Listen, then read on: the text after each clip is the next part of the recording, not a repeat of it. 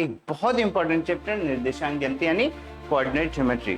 अगर बोर्ड के एग्जाम की बात करूं तो कम से कम 5 मार्क्स के क्वेश्चन इस चैप्टर से आते ही आते हैं। तो सबसे पहले हम बात करेंगे परिचय यानी इंट्रोडक्शन की, इसके बाद बात करेंगे चतुर्थांश यानी कोऑर्डिनेट की। भैया चतुर्थांश किसे कहते हैं, कोऑर्डिनेट किसे कहते हैं। इसके बाद हम देखेंगे दूरी का सूत्र यानी डिस्टेंस फॉर्मूला की।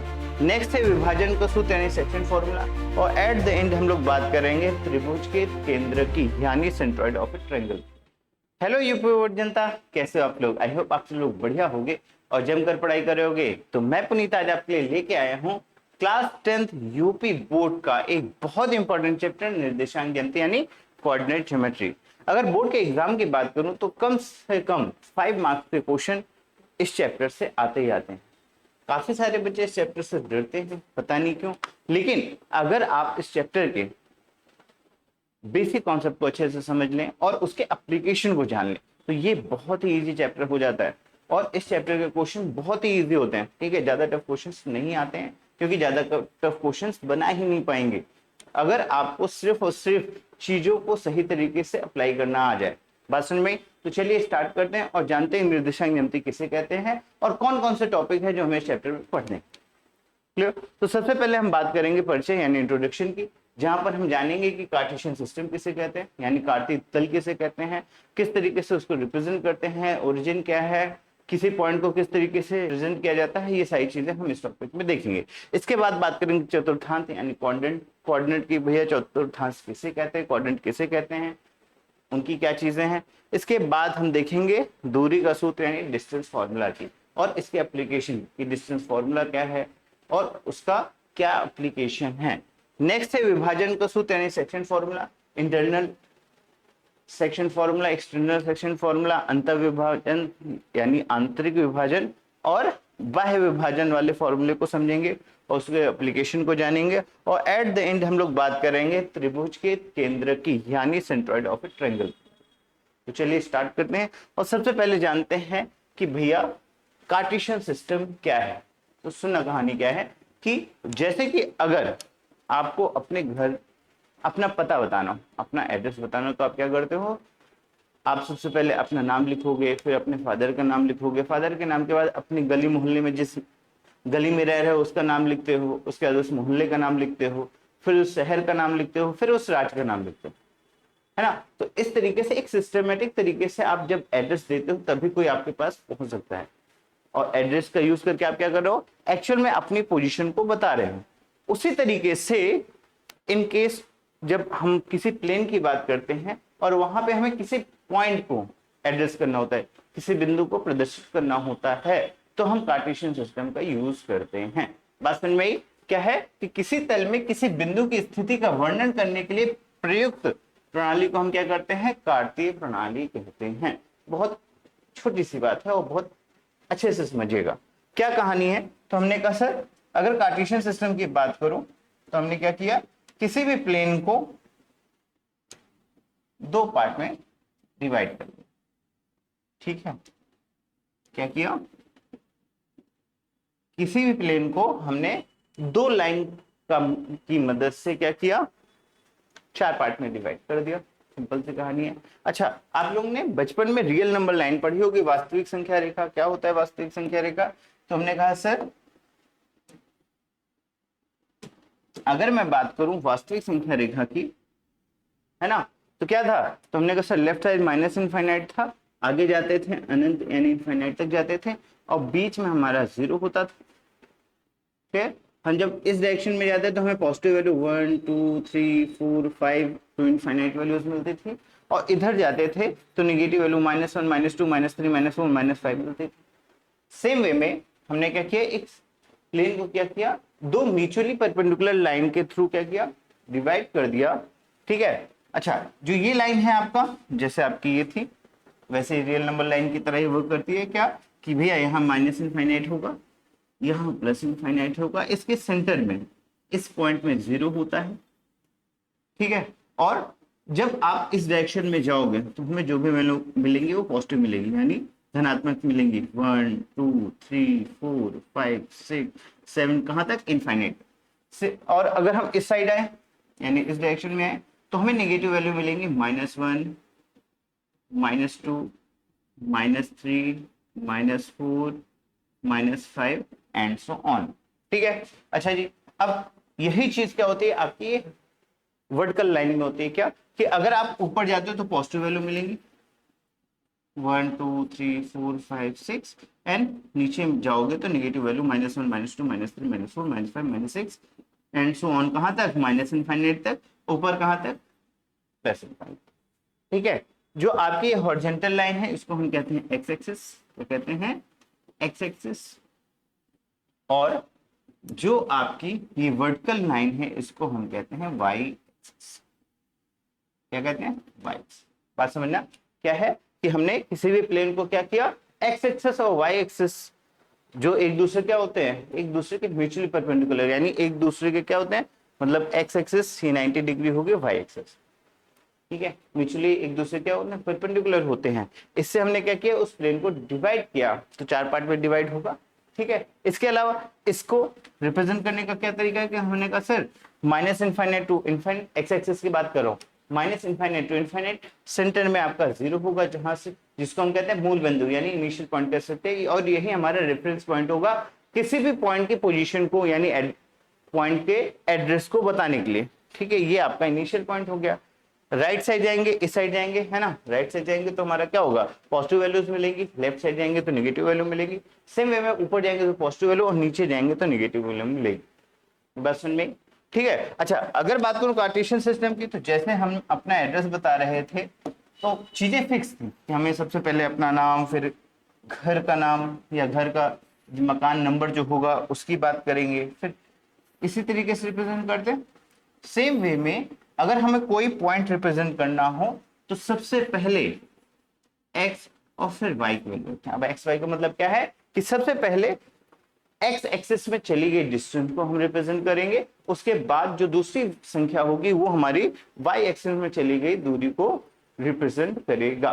फॉर एग्जांपल अगर मैं कहूं 2,3, तो 2,3 का मतलब क्या है कि जो आपका 2 यूनिट है वो क्या है, एक्स एक्सिस में चली गई दूरी है।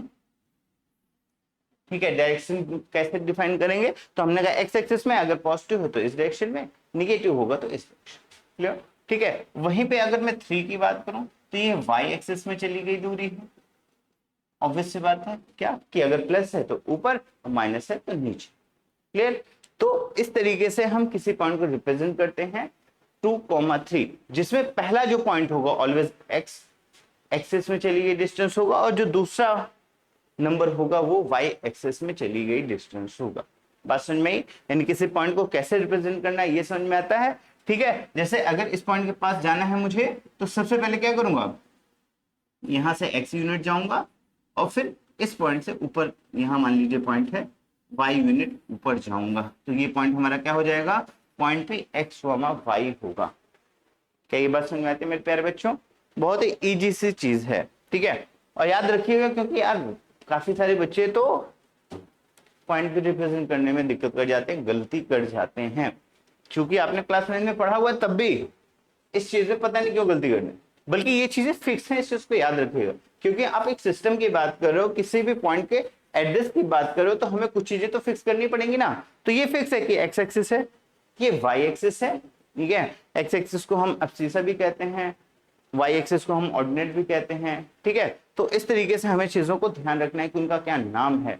ठीक है, ये जो आपका इंटरसेक्टिंग पॉइंट है ये वाला, इसको हम क्या कहते हैं, ओरिजिन, और हिंदी में कहते हैं मूल बिंदु।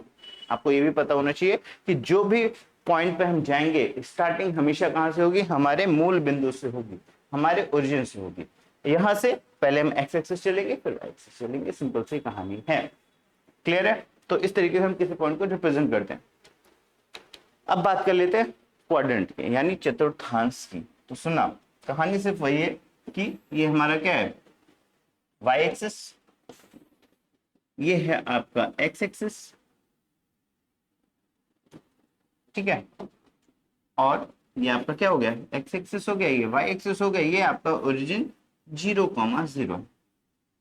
तो प्लेन को ये कितने पार्ट में डिवाइड कर रहा है, एक्स एक्सिस और वाई एक्सिस जो है प्लेन को 4 पार्ट में डिवाइड करता है। तो जो पहला पार्ट है इसको हम कहते हैं फर्स्ट यानी प्रथम चतुर्थांश, ये फर्स्ट क्वाड्रेंट शॉर्ट में लिख देता हूं, है ना। हमने कहा सर इसको हम कहते हैं प्रथम चतुर्थांश, ये फर्स्ट क्वाड्रेंट, फर्स्ट क्वाड्रेंट, ठीक है। ये आपका ये फर्स्ट क्वाड्रेंट, ये आपका हो जाएगा सेकंड क्वाड्रेंट, सेकंड क्वाड्रेंट, ये आपका हो जाएगा थर्ड क्वाड्रेंट, ठीक है, और ये आपका हो जाएगा फोर्थ क्वाड्रेंट। तो इसमें कंफ्यूज मत होना भैया, ये क्या है, first quadrant, second quadrant, third quadrant और फोर्थ क्वाड्रेंट। ये चार पार्ट में एक्स एक्सिस और वाई एक्सिस किसी प्लेन को डिवाइड कर देते हैं, ठीक है। जहाँ पे ये आपका ओरिजिन है, ये एक्स एक्सिस है और ये वाई एक्सिस, ठीक है। इसके अलावा क्या चीजें होती हैं, तो हमने कहा सर हर एक क्वाड्रेंट का अपने एक साइन होता है, क्या होता है। तो अगर कोई पॉइंट हमारा कहाँ है, फर्स्ट क्वाड्रेंट में है, तो हमें कुछ चीजें समझना, जिससे कि क्या होता है कि हमें पॉइंट देख करके हमें पता चल जाए कि वो कहाँ लाई कर रहा है। खासकर ये तो पता ही चल जाए कि किस क्वाड्रेंट में लाई कर रहा है, उसके लिए हमें क्या करना है, सिंपल साइन के साइन को समझना है। तो अगर कोई पॉइंट यहाँ पर है, तो सुना कहानी क्या है, तो हमने कहा अगर कोई पॉइंट आपका फर्स्ट क्वाड्रेंट में है, तो उसके लिए हमें इस ओरिजिन से स्टार्ट करना पड़ेगा। ओरिजिन से किधर जाओगे अगर मुझे फर्स्ट क्वाड्रेंट जाना है, तो हमने कहा सर इस डायरेक्शन में, जितनी भी यूनिट चलो बट किस जाओगे, इस डायरेक्शन में जाओगे। अच्छा, इस डायरेक्शन में एक्स क्या है, ऑलवेज पॉजिटिव होगा। हमने कहा ठीक है सर, तो ये हमारा क्या हो गया, एक्स पॉजिटिव हो गया। और इसके बाद कहाँ जाएंगे, अगर इस पॉइंट के पास जाना है तो हमें ऊपर जाना पड़ेगा कि नीचे, तो हमने कहा सर ऊपर। तो ऊपर अगर जाना पड़ेगा तो ओरिजिन से ऊपर जब जाओगे तो क्या वैल्यू मिलती है, ऑलवेज पॉजिटिव वैल्यू मिलती है। तो ये भी क्या होगा, पॉजिटिव वैल्यू। यानी कि अगर कोई पॉइंट फर्स्ट क्वाड्रेंट में है तो उसकी दोनों वैल्यूज क्या होंगी, पॉजिटिव। यानी अगर कहीं पे दे रखे हो 2,3, तो आपको ये ग्राफ या कुछ ड्रॉ करने की जरूरत नहीं है, सीधा बताओगे कि 2 भी पॉजिटिव है, 3 भी पॉजिटिव है, और दोनों अगर पॉजिटिव है तो ये पॉइंट कहाँ लाई करेगा, आपका फर्स्ट क्वाड्रेंट। बात समझ में, प्रथम चतुर्थांश में ये पॉइंट क्या करेगा, लाई करेगा, ठीक है। अच्छा जी, ऑलवेज जब भी पॉइंट को रिप्रेजेंट करते हैं तो किसके रिस्पेक्ट में करेंगे, मूल बिंदु यानी आपके ओरिजिन पॉइंट के रिस्पेक्ट में करेंगे। ये मत कहना कि सर यहां पे थे इधर आ गए, सिर्फ इस साइड आने की बात है। ओरिजिन से जब आप इस साइड पे जाएंगे, राइट साइड पे जाएंगे, तो ऑलवेज पॉजिटिव वैल्यू मिलेगी। ओरिजिन से ही जब आप ऊपर की ओर जाएंगे तो ऑलवेज वाई की जो है पॉजिटिव वैल्यू मिलेगी। इस चीज को ध्यान रखना। चलो ठीक है, अब हमने कहा कि सर अगर कोई पॉइंट क्या हो हमारा सेकंड क्वाड्रेंट में, तब क्या होगा। चलो सेकंड क्वाड्रेंट की बात कर लेते हैं। तो कोई पॉइंट अगर यहाँ लाई कर रहा है तो क्या चीज होगी, तो हमने कहा सर अगर कोई पॉइंट यहाँ लाई कर रहा है तो मुझे ओरिजिन से क्या करना पड़ेगा, राइट जाना पड़ेगा कि लेफ्ट। तो हमने कहा ऑलवेज लेफ्ट आना पड़ेगा। और अगर इस डायरेक्शन में आते हो तो वाई की एक्स की वैल्यू क्या होगी, सिर्फ एक्स की वैल्यू। तो हमने कहा सर अगर इस डायरेक्शन में मैं आता हूं ओरिजिन से तो ये ऑलवेज निगेटिव रहेगा। इधर क्या होगा, माइनस इनफाइनाइट तक जा सकता है, बट क्या होगा, ऑलवेज निगेटिव वैल्यू मिलेगी। यानी एक्स हमारा क्या होगा, निगेटिव होगा, ठीक। और अब मुझे कहां जाना है, इस पॉइंट से ऊपर जाना है। और अगर आप ओरिजिन से ऊपर जाते हो, ओरिजिन से क्या कर रहे हो, ऊपर जा रहे हो, तो चाहे जहां जाओ ओरिजिन से ऊपर ऑलवेज क्या होगा, y जो आपका पॉजिटिव मिलेगा। यानी अगर मेरे पास कोई पॉइंट कैसा है, -2,3, तो आपको ये सब ना ध्यान देकर के आपने सिर्फ साइन देख लिया कि -2 प्लस, अब माइनस और प्लस यानी क्या हो गया आपका सेकंड क्वाड्रेंट हो गया। तो आप सीधा बता दोगे कि लाइक पॉइंट कहाँ लाई कर रहा है, सेकंड क्वाड्रेंट में लाई कर रहा है। तो ये सारी छोटी छोटी चीजें जो आपके दिमाग में होनी चाहिए, क्योंकि हर बार आप सिस्टम ड्रॉ करके अपने पॉइंट नहीं रिप्रेजेंट करने चले जाओगे, उनके साइन को देख करके आप बता दोगे कि कौन से क्वाड्रेंट में लाई कर रहा है। और हर एक क्वाड्रेंट का अपने एक स्पेसिफिक साइन है, उसको आपको याद रखना है, ठीक है। इसमें आप कंफ्यूज नहीं होइएगा। फर्स्ट क्वाड्रेंट दोनों point positive, second quadrant minus plus. यहीं पे अगर मैं थर्ड क्वाड्रेंट की बात कर लूं, चलो थर्ड क्वाड्रेंट को भी देख लेते हैं। तो हमने कहा सर अगर कोई पॉइंट यहाँ पे, अब ये मत सोचना कि ये सर पास क्यों जा रहे हैं, एक सिंपल सा पॉइंट है, यहाँ पे ये लिखा हुआ है इस वजह से। मैंने कहा अगर मुझे इस पॉइंट के पास आना है तो सबसे पहले निगेटिव आना पड़ेगा। तो हमने कहा एक्स तो निगेटिव हो गया, और फिर नीचे आना पड़ेगा, और नीचे जाएंगे जब भी ओरिजिन से तो क्या होगा, y की वैल्यू भी निगेटिव मिलेगी, तो यानी माइनस माइनस। इसका मतलब क्या हुआ कि अगर कोई पॉइंट -2, -3 ऐसे लिखा है, माइनस और माइनस देखा तो हम सीधा बता देंगे कि कौन से क्वाड्रेंट पे लाई कर रहा है, थर्ड क्वाड्रेंट में, यानी तृतीय चतुर्थांश में लाई कर रहा है, ठीक है। चलो स्थित है कह सकते हैं, है ना। तो अगर कोई पॉइंट यहाँ पे है फोर्थ क्वाड्रेंट में, तो क्या होगा, तो हमने कहा सर अगर इस पॉइंट में पहुंचना है तो मुझे पहले एक्स एक्सिस में इस डायरेक्शन में चलना पड़ेगा, इधर तो नहीं भागोगे ना भाई, आपको इस पॉइंट तक जाना है तो पहले एक्स एक्सिस में इस डायरेक्शन में गए, तो यहां से आप गए यहां तक और उसके बाद नीचे चले गए। ठीक है, तो हमने कहा सर जब ओरिजिन से राइट साइड गए तो हमें पॉजिटिव वैल्यू मिलेंगी, और जब ओरिजिन से नीचे की डायरेक्शन में गए तो हमें वाई की नेगेटिव वैल्यूज मिलेंगी। तो ये हमारे चारों क्वाड्रेंट के साइन फिक्स हो गए। क्या कि अगर प्लस प्लस है तो फर्स्ट क्वाड्रेंट, माइनस प्लस है तो सेकंड क्वाड्रेंट, अगर माइनस माइनस है तो थर्ड क्वाड्रेंट, और प्लस माइनस है तो फोर्थ क्वाड्रेंट। और ये हमारा कार्टेशियन सिस्टम है कंप्लीट। याद रखिएगा X axis, Y axis, origin हमेशा पॉइंट रिप्रेजेंट करेंगे एक्स कॉमा वाई से, जहां पहली जो वैल्यू होगी ऑलवेज एक्स डायरेक्शन में चली गई डिस्टेंस, या एक्स एक्सिस में चली गई डिस्टेंस होगी, और जो वाई होगा ऑलवेज वाई डायरेक्शन में चली गई डिस्टेंस होगी। ठीक है, ऊपर जाएंगे पॉजिटिव, नीचे जाएंगे नेगेटिव, राइट साइड जाओगे तो क्या होगा पॉजिटिव, और इधर आओगे तो नेगेटिव वैल्यू मिलेगी।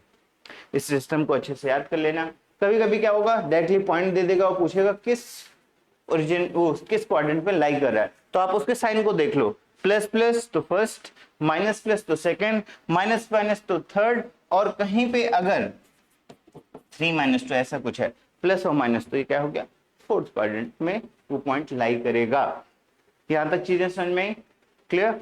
चलो अब बात कर लेते हैं डिस्टेंस फॉर्मूला की। अच्छे से पढ़ना भाई, क्योंकि यही 2 ही 3 फॉर्मूले जो आपके बुक में है, सिलेबस में है, और इनको अच्छे से समझ के इनके एप्लीकेशन पे काम करना है। तो मानकर चलो अगर मैं बात करूं डिस्टेंस फॉर्मूले की तो होता क्या है, तो हमने कहा सर ये हमारा कार्टेशियन सिस्टम है जहां पर हमें 2 पॉइंट लाई करना है। लेट कर लो एक पॉइंट हमारा क्या है P, जिसके कोऑर्डिनेट हैं x1 y1, ठीक x1 y1, और एक पॉइंट है Q जिसके कोऑर्डिनेट है x2 यहां तक समझ में? तो हमने कहा सर पॉइंट P और Q के बीच की डिस्टेंस फाइंड करनी है, यानी PQ फाइंड करना है।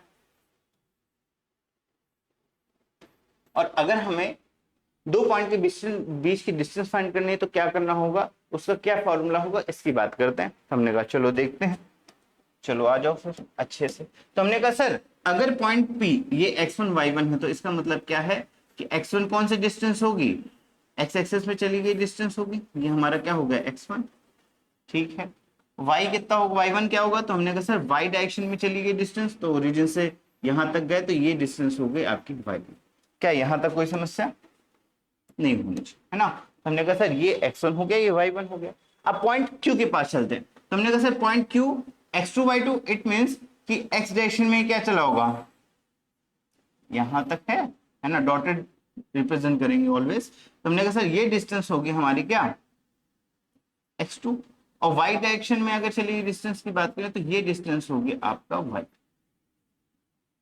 सिंपल सी बात है, अभी पॉइंट रिप्रेजेंट कर रहे थे यहाँ पे, कोई पॉइंट P था तो x, y, x क्या था x एक्सिस में चली गई दूरी, y क्या था y एक्सिस में चली गई दूरी। तो हमें सिंपल सा क्या किया, अगर x1 y1 है तो x एक्सिस में x1 ऊपर गए y1, अगर पॉइंट Q की बात करूं तो x2 और y2।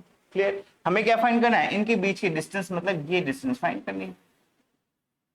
मैंने कहा सर अगर ये डिस्टेंस फाइंड करनी है तो क्या करेंगे, तो हमने कहा कि सर मान लो ये डिस्टेंस निकालते हैं, इस लाइन के पैरेलल एक्स एक्सिस के पैरेलल एक लाइन ड्रॉ कर ली, सेम वे में ये लाइन है, और हमको एक राइट एंगल ट्रायंगल दिखा। क्यों? क्योंकि जो ये लाइन है वाई एक्सिस के पैरेलल है। पैरेलल मतलब क्या है, समांतर है, याद रखना भाई यूपी बोर्ड वाले बच्चों, हिंदी मीडियम वालों। और जो एक्स एक्सिस के समांतर ये वाली रेखा हो जाएगी। तो अब सुनना क्या कहानी है, थोड़ा सा डिस्टेंस फाइंड कर लें फिर बात करें। तो हमने कहा सर अगर रेड ले लेते हैं, है ना, तो हमने कहा सर अगर इस डिस्टेंस की बात करो तो यहां से यहां तक की डिस्टेंस, यहां से यहां तक की डिस्टेंस x2 और ये डिस्टेंस x1, तो जो ये डिस्टेंस है ये, तो हमने कहा बड़ी माइनस छोटी कर दो, यानी x2 माइनस x1 कर दो, तो हमें ये डिस्टेंस फाइंड हो जाएगी यहां से यहां तक। क्या ये बात समझ में आती है? सिंपल सी कहानी है कि बड़ी डिस्टेंस से छोटी डिस्टेंस माइनस कर दो तो ये वाला पार्ट आ जाएगा। अगर मैं बात करूं इस डिस्टेंस की, कि भाई ये डिस्टेंस क्या होगी, तो हमने कहा सर बड़ी डिस्टेंस y2 और यहां तक, भैया इधर आके देख लो, ये डिस्टेंस दे रखा है क्या y2, और ये डिस्टेंस यहां तक है y1। हमको ये डिस्टेंस फाइंड करनी है, तो ये डिस्टेंस क्या होगी, तो हमने कहा सर ये डिस्टेंस आपकी हो जाएगी y2 माइनस y1, हो जाएगी। हमने कहा सर ये डिस्टेंस हो जाएगी y2 माइनस y1, यानी ये जो डिस्टेंस आपकी क्या होगी y2 माइनस 5। कौन सी वाली, ये वाली। क्वेश्चन में हमने कहा ठीक है सर। तो यहां से हमको क्या दिख रहा है, देखो मैंने कहा सर एक राइट एंगल ट्रायंगल दिख रहा है, मैं अलग ले आता हूं जिससे कि आप अच्छे से समझ सको क्या कहानी। मैंने कहा ये एक राइट एंगल ट्रायंगल है जिसमें ये वाली डिस्टेंस इसका यानी बेस, राइट एंगल ट्रायंगल है और बेस इसका यानी आधार है x2 माइनस x1 और लंब है इसका ये क्या y2 माइनस y1। और हमें क्या फाइंड करना है, हमने कहा डिस्टेंस p और q फाइंड करना है। क्लियर। हमने कहा सर पाइथागोरस थ्योरम लगा दो। पाइथागोरस थ्योरम क्या कहती है, तो हमने कहा सर किसी भी राइट एंगल ट्रायंगल में यानी समकोण त्रिभुज में 90 डिग्री की जो सामने वाली रेखा होती है हाइपोटेनस कहलाती है, जिसको हिंदी में कर्ण कहते हैं। ठीक है, अगर मैं ये एंगल लेता हूं तो इसके साथ वाली साइड जो क्या कहलाएगी, आधार यानी बेस कहलाएगी, और सामने वाली साइड कहलाएगी परपेंडिकुलर यानी लंब कहलाएगी। ये बात तो क्लियर है। अगर ये एंगल लेते हो तो सामने वाली साइड क्या होगा, आपकी लंब, और साथ वाली साइड आपका बेस यानी आधार होता है। आपने पाइथागोरस थ्योरम में क्या पढ़ा था कि कर्ण का स्क्वायर यानी हाइपोटेनस का स्क्वायर इक्वल टू होता है बेस का स्क्वायर प्लस परपेंडिकुलर का स्क्वायर, यानी कर्ण का स्क्वायर इक्वल टू आधार का स्क्वायर प्लस लंब का स्क्वायर। अच्छे से समझना मेरे प्यारे बच्चों, ठीक है। तो हमने कहा सर अगर डिस्टेंस यही तो है और h हमें निकालना है एक तरीके से, भाई यही डिस्टेंस PQ भी तो निकालनी है। तो हमने कहा सर अगर हाइपोटेनस निकालना है, इसको मान लेते हैं d, PQ को मान लेते हैं d। तो हमने कहा sir d square equal to होगा b, बेस, बेस हमारा x2 माइनस x1, तो हमने कहा सर ये होगा x2 माइनस x1 का होल स्क्वायर, b का square, plus perpendicular is y2 minus y1, तो ये हो जाएगा y2 माइनस y1 का होल स्क्वायर। हमने कहा स्क्वायर हटा दो तो रूट लग जाएगा, तो यहां से डिस्टेंस आ जाएगी रूट x2 माइनस x1 का whole square plus y2 minus y1 का होल स्क्वायर। कहीं पर ये चीज ऐसे भी लिखी रहती है कि y2 माइनस y1 का होल स्क्वायर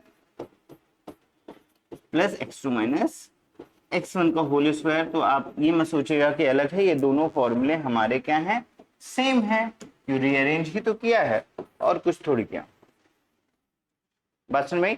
तो ये एक इंपॉर्टेंट फॉर्मूला है, अच्छे से याद कर लेना। और ये डिस्टेंस क्या है हमारी, ये डिस्टेंस है पॉइंट P और Q के बीच की। ठीक है, तो क्या कहानी है कि अगर हमें कोई दो पॉइंट दे रखे हो x1 y1 और x2 y2, तो उनके बीच की डिस्टेंस क्या होगी, always d equal to root x2 minus x1 का whole square plus y2 minus y1 का होल स्क्वायर हो गई। क्या ये बात समझ में क्लियर है? अच्छा जी, यहां से एक फॉर्मूला कभी कभी और यूज कर सकते हैं या बना सकते हैं कि अगर एक पॉइंट हमारा ओरिजिन हो तो क्या होगा। तो एक पॉइंट अगर ओरिजिन हो गया तो आप x1 y1 को क्या मान लो 0 और x2 y2 को x1 xy, तो उस कंडीशन में फॉर्मूला डिस्टेंस हो जाएगा root of X square plus Y square. ये क्या है फॉर्मूला, तो हमने कहा डिस्टेंस फॉर्मूला है, ये भी दूरी का फॉर्मूला किसके किसके बीच में, ओरिजिन यानी 0,0 एंड x,y। जैसे ये कोई खास चीज नहीं है, बट कभी कभी क्या होता है कि भैया अलग से फॉर्मूला दे देते हैं कि भैया ओरिजिन से उस पॉइंट की डिस्टेंस तो डायरेक्टली आप लगा सकते हो root X square plus Y square. ठीक है, लेकिन मेनली आपको यही याद रखना है, और इसी फॉर्मूले में आप 0,0 और एक्स वाई रख दोगे तो ये फॉर्मूला आपको मिल जाएगा। तो चलिए इस कॉन्सेप्ट से रिलेटेड क्वेश्चन को करते हैं। क्या कह रहा है क्वेश्चन, कह रहा है कि भैया एक्स अक्ष पर वह बिंदु जो -4,0 और 10,0 से समान दूरी पर है, यानी एक पॉइंट हमें फाइंड करना है जो इन दोनों पॉइंट से क्या कर रहा है, इक्वल डिस्टेंस पे है। तो हम मान लेते हैं कि एक पॉइंट P है। अब सुना, एक चीज समझना, मैंने कहा सर -4,0 और 10,0, इससे एक चीज दिखाई दे रही है हमें क्या, कि भैया y के कोऑर्डिनेट 0 है, और y के अगर कोऑर्डिनेट 0 है यानी ऑब्वियस सी बात है ये दोनों पॉइंट कहां लाई कर होंगे, एक्स एक्सिस में। तो हमने कहा सर मान लीजिए रफ डायग्राम, एक्स एक्सिस है, एक पॉइंट -4,0 इधर कहीं होगा और 10,0 यहां कहीं होगा। ठीक है, और इस टाइप के क्वेश्चंस आते हैं। अब यहाँ पे तो चलो दोनों एक्स एक्सिस पे ही लाई कर रहे हैं, एक नंबर का क्वेश्चन है ये। ठीक है, उसमें कहेगा कि भैया एक कोई पॉइंट है एक्स कॉमा वाई जो किन्हीं दो पॉइंट से क्या कर रहा है, इक्वल डिस्टेंस पे है, तो वो पॉइंट कहीं पे भी हो सकता है ना। चलो कहानी खत्म करते हैं, चलो आ जाओ। तो मैंने कहा सर -4,0 10,0 से एक पॉइंट कर रहा है, समान दूरी पे है, तो मान लेते हैं वो पॉइंट हमारा क्या है, एक्स कॉमा वाई। ठीक है, तो हमने इसको मान लिया P, ये Q, या फिर इसको मान लीजिए A, ये आपका B हो जाएगा और ये पॉइंट P हो जाएगा। हमने कहा सर पॉइंट P क्या कर रहा है, A और B से इक्वल डिस्टेंस पे है, तो सिंपल सी कहानी क्या होगी, तो हमने कहा सर AP का स्क्वायर इक्वल टू PB के स्क्वायर के बराबर होगा। स्क्वायर के ऊपर कर दिया तो देखो d equal to root of x2 minus x1 का whole square plus y2 minus y1 का होल स्क्वायर है, तो रूट तो दोनों साइड है, तो स्क्वायर करके रूट हटा ही दिया। तो यानी जब भी दो डिस्टेंस को इक्वल करने वाली बात होगी तो ऑलवेज AP का स्क्वायर इक्वल टू PB का स्क्वायर करिएगा। हमने कहा ठीक है सर, अब AP निकाल लो थोड़ा सा, क्या होगा, तो हमने कहा सर AP का स्क्वायर की अगर बात करूं तो फॉर्मूला क्या होगा, x2 माइनस x1, तो इसको मान लो इस समय x1 y1, AP की बात करना है, तो हमने कहा सर x माइनस x1 आएगा, x माइनस x1, x1 की वैल्यू क्या है -4, तो x minus x1 is a -4 का whole square plus y2 minus y1, यानी y माइनस y1, y1 की वैल्यू है 0, तो y माइनस 0 का होल स्क्वायर। सिंप्लीफाई कर लो तो हो जाएगा x प्लस 4 का होल स्क्वायर प्लस y। ठीक, ये हो गया AP। हमने कहा सर PB की बात कर लो थोड़ा सा, PB के स्क्वायर की बात। अब PB के लिए फिर से इसको मान लो क्या, x1 y1 और ये xy, तो फिर से x2 माइनस x1, यानी ये आपका क्या है x2 y2 है, x2 और y2 है, ये x1 y1 है, तो फिर से क्या होगा x माइनस 10 का होल स्क्वायर, x माइनस 10 का whole square plus y minus 0 का होल स्क्वायर, यानी y स्क्वायर। और ये दोनों डिस्टेंस क्या है, इक्वल है। अगर डिस्टेंस इक्वल है तो क्या होगा, तो हमने कहा सर AP का स्क्वायर इक्वल टू PB का स्क्वायर, ये कंडीशन यूज कर लो यहाँ पे। चलो रखते हैं डायरेक्टली, तो हमने कहा सर रखेंगे तो यहाँ आएगा, फिर से एक बार AP का स्क्वायर इक्वल टू PB का स्क्वायर, वैल्यू रख दो, ये होगा x प्लस 4 का whole square equal to x minus 10, क्या होगा x माइनस 10 का होल स्क्वायर, ये हो जाएगा प्लस वाई स्क्वायर, यहाँ पे भी है और प्लस वाई स्क्वायर उधर पे भी है, तो वाई स्क्वायर से वाई स्क्वायर कट जाएगा। अब क्यों, एक चीज समझना, इसमें पहले कह दिया है कि पॉइंट हमारा एक्स एक्सेस में है और एक्स एक्सेस में है, तो वाई की वैल्यू ऑलरेडी 0 हो जाएगी, तो इसी वजह से यहाँ कट गया। यहाँ आप एक ही वैल्यू मिलेगी वो एक्स की, कैसे निकालेंगे, हमने इसको सिंप्लीफाई कर लो। कैसे करोगे, तो आ जाओ यहाँ पे करते हैं। हमने कहा सर हमें a प्लस बी का होल स्क्वायर लगा दो, ये दोनों से स्क्वायर हट जाएगा, तो x plus 4 equal to X minus, नहीं क्या करेंगे, हमने कहा सर इसको सॉल्व करेंगे, एक सेकंड रुकिएगा, ये वाला पार्ट कट गया, मैं हटा दे रहा हूँ, थोड़ा सा स्पेस बन जाएगा। अब देखते हैं कैसे करेंगे, तो हमने कहा a प्लस बी का होल स्क्वायर, तो होगा a square plus B square plus 2ab यानी 2 4 2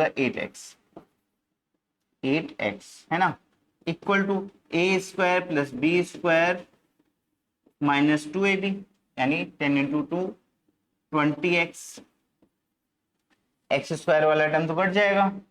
ठीक है, अब क्या करना है, तो हमने कहा सर -20 इधर भेज दो, +20 हो जाएगा, यहाँ पे करते हैं सॉल्व, तो हमने क्या हो गया, -20 इधर जाएगा +20, तो +8 और 20 यानी 28x इक्वल टू 16, यहाँ प्लस में उधर माइनस में चला जाएगा, तो 100 माइनस 16, यहाँ से x की वैल्यू आ जाएगी 10 में 6 गए 4 और ये हुए 9 में से 1 गए 8, 84/28। ठीक है, 8 3 24, तो 28 सीधा में हो जाएगा दिस, तो x की वैल्यू आ गई क्या 3। अगर x की वैल्यू 3 है तो कोऑर्डिनेट क्या होंगे हमारे, तो हमने कहा सर वो जो पॉइंट भी है उसके कोऑर्डिनेट होंगे 3,0। हमने कहा सर y की वैल्यू क्यों नहीं निकाली, क्योंकि पहले दे रखा है y क्या है, x अक्ष पर स्थित है और x अक्ष पर अगर स्थित है तो y की वैल्यू क्या होगी 0। इन जनरल वे में आप ऐसे ही लेट करके सॉल्व करोगे। ठीक है, और कभी कभी आप क्या करो, यहाँ पे आप ये भी कह सकते थे कि x, y की जगह x, 0 लेट कर लेते तो कैलकुलेशन और इजी हो जाता। बात समझ में आई। ठीक है, चलो अब आ जाते हैं अगले सवाल की ओर। ठीक है, क्या कह रहा कि भैया शीर्षों 0,4 0 0 एंड 3,0 वाले त्रिभुज का परिमाप ज्ञात करिए। मेरे पास एक ट्रायंगल है जिसके 3 कोऑर्डिनेट दे रखे हैं और परिमाप क्या होता है, तो हमने कहा पेरीमीटर। पेरीमीटर क्या होती है, तो हमने कहा सर किसी भी जो ज्योमेट्रिकल फिगर है उसकी बाउंड्री की लेंथ, यानी लेंथ ऑफ द बाउंड्री, उसकी सीमा की जितनी लंबाई होगी वो हमारा कहलाता है परिमाप। सिंपल सी कहानी है। तो इन केस ऑफ ट्रायंगल, मान लो मेरे पास एक ट्रायंगल है, ठीक है, ये आपका एक ट्रायंगल बनाया मैंने,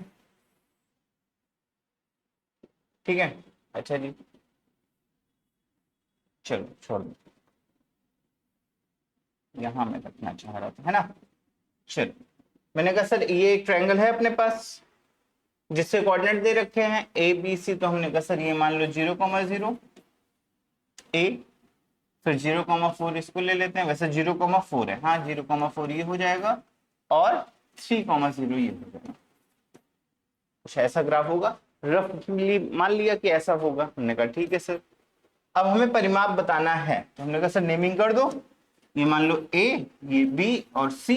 परिमाप क्या हो गया, यानी पेरीमीटर क्या हो गया, पेरीमीटर ही तो हो गया। हमने कहा perimeter of the triangle in तीनों साइड का सम होगा, भैया इनकी बाउंड्री की लेंथ ही तो होगी, है ना। तो हमने कहा सर हमें निकालना पड़ेगा A B plus B C plus C, इन तीनों का जो सम होगा वही हमारा पेरीमीटर होगा। बात समझ में आई, ठीक है। तो चलो जल्दी से निकालते हैं। तो हमने कहा सर ए बी, तो क्या होगा रूट ए और बी की बात कर लो, तो ये मान लो x1 y1, इसको मान लो x2 y2।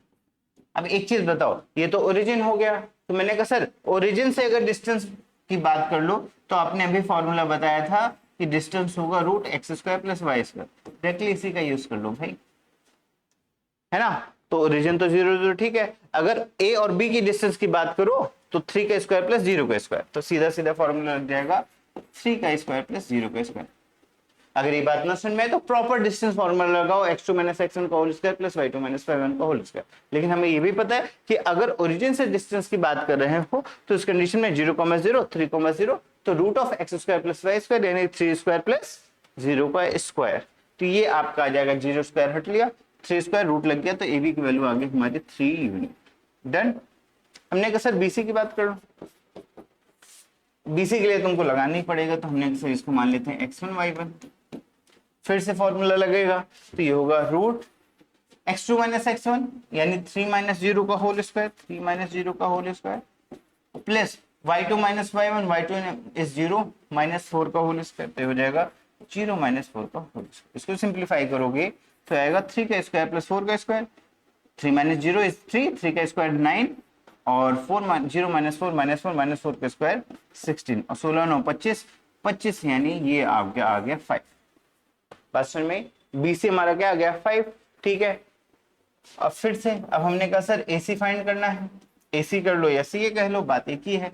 अगर एसी फाइंड करना है तो वही कहानी, ओरिजिन से डिस्टेंस की बात कर रहे हो तो ये हो जाएगा रूट ए स्क्वायर वो x² प्लस वाई स्क्वायर यानी 0 का स्क्वायर प्लस 4 का स्क्वायर, तो हो जाएगा कितना 4 आ जाएगा।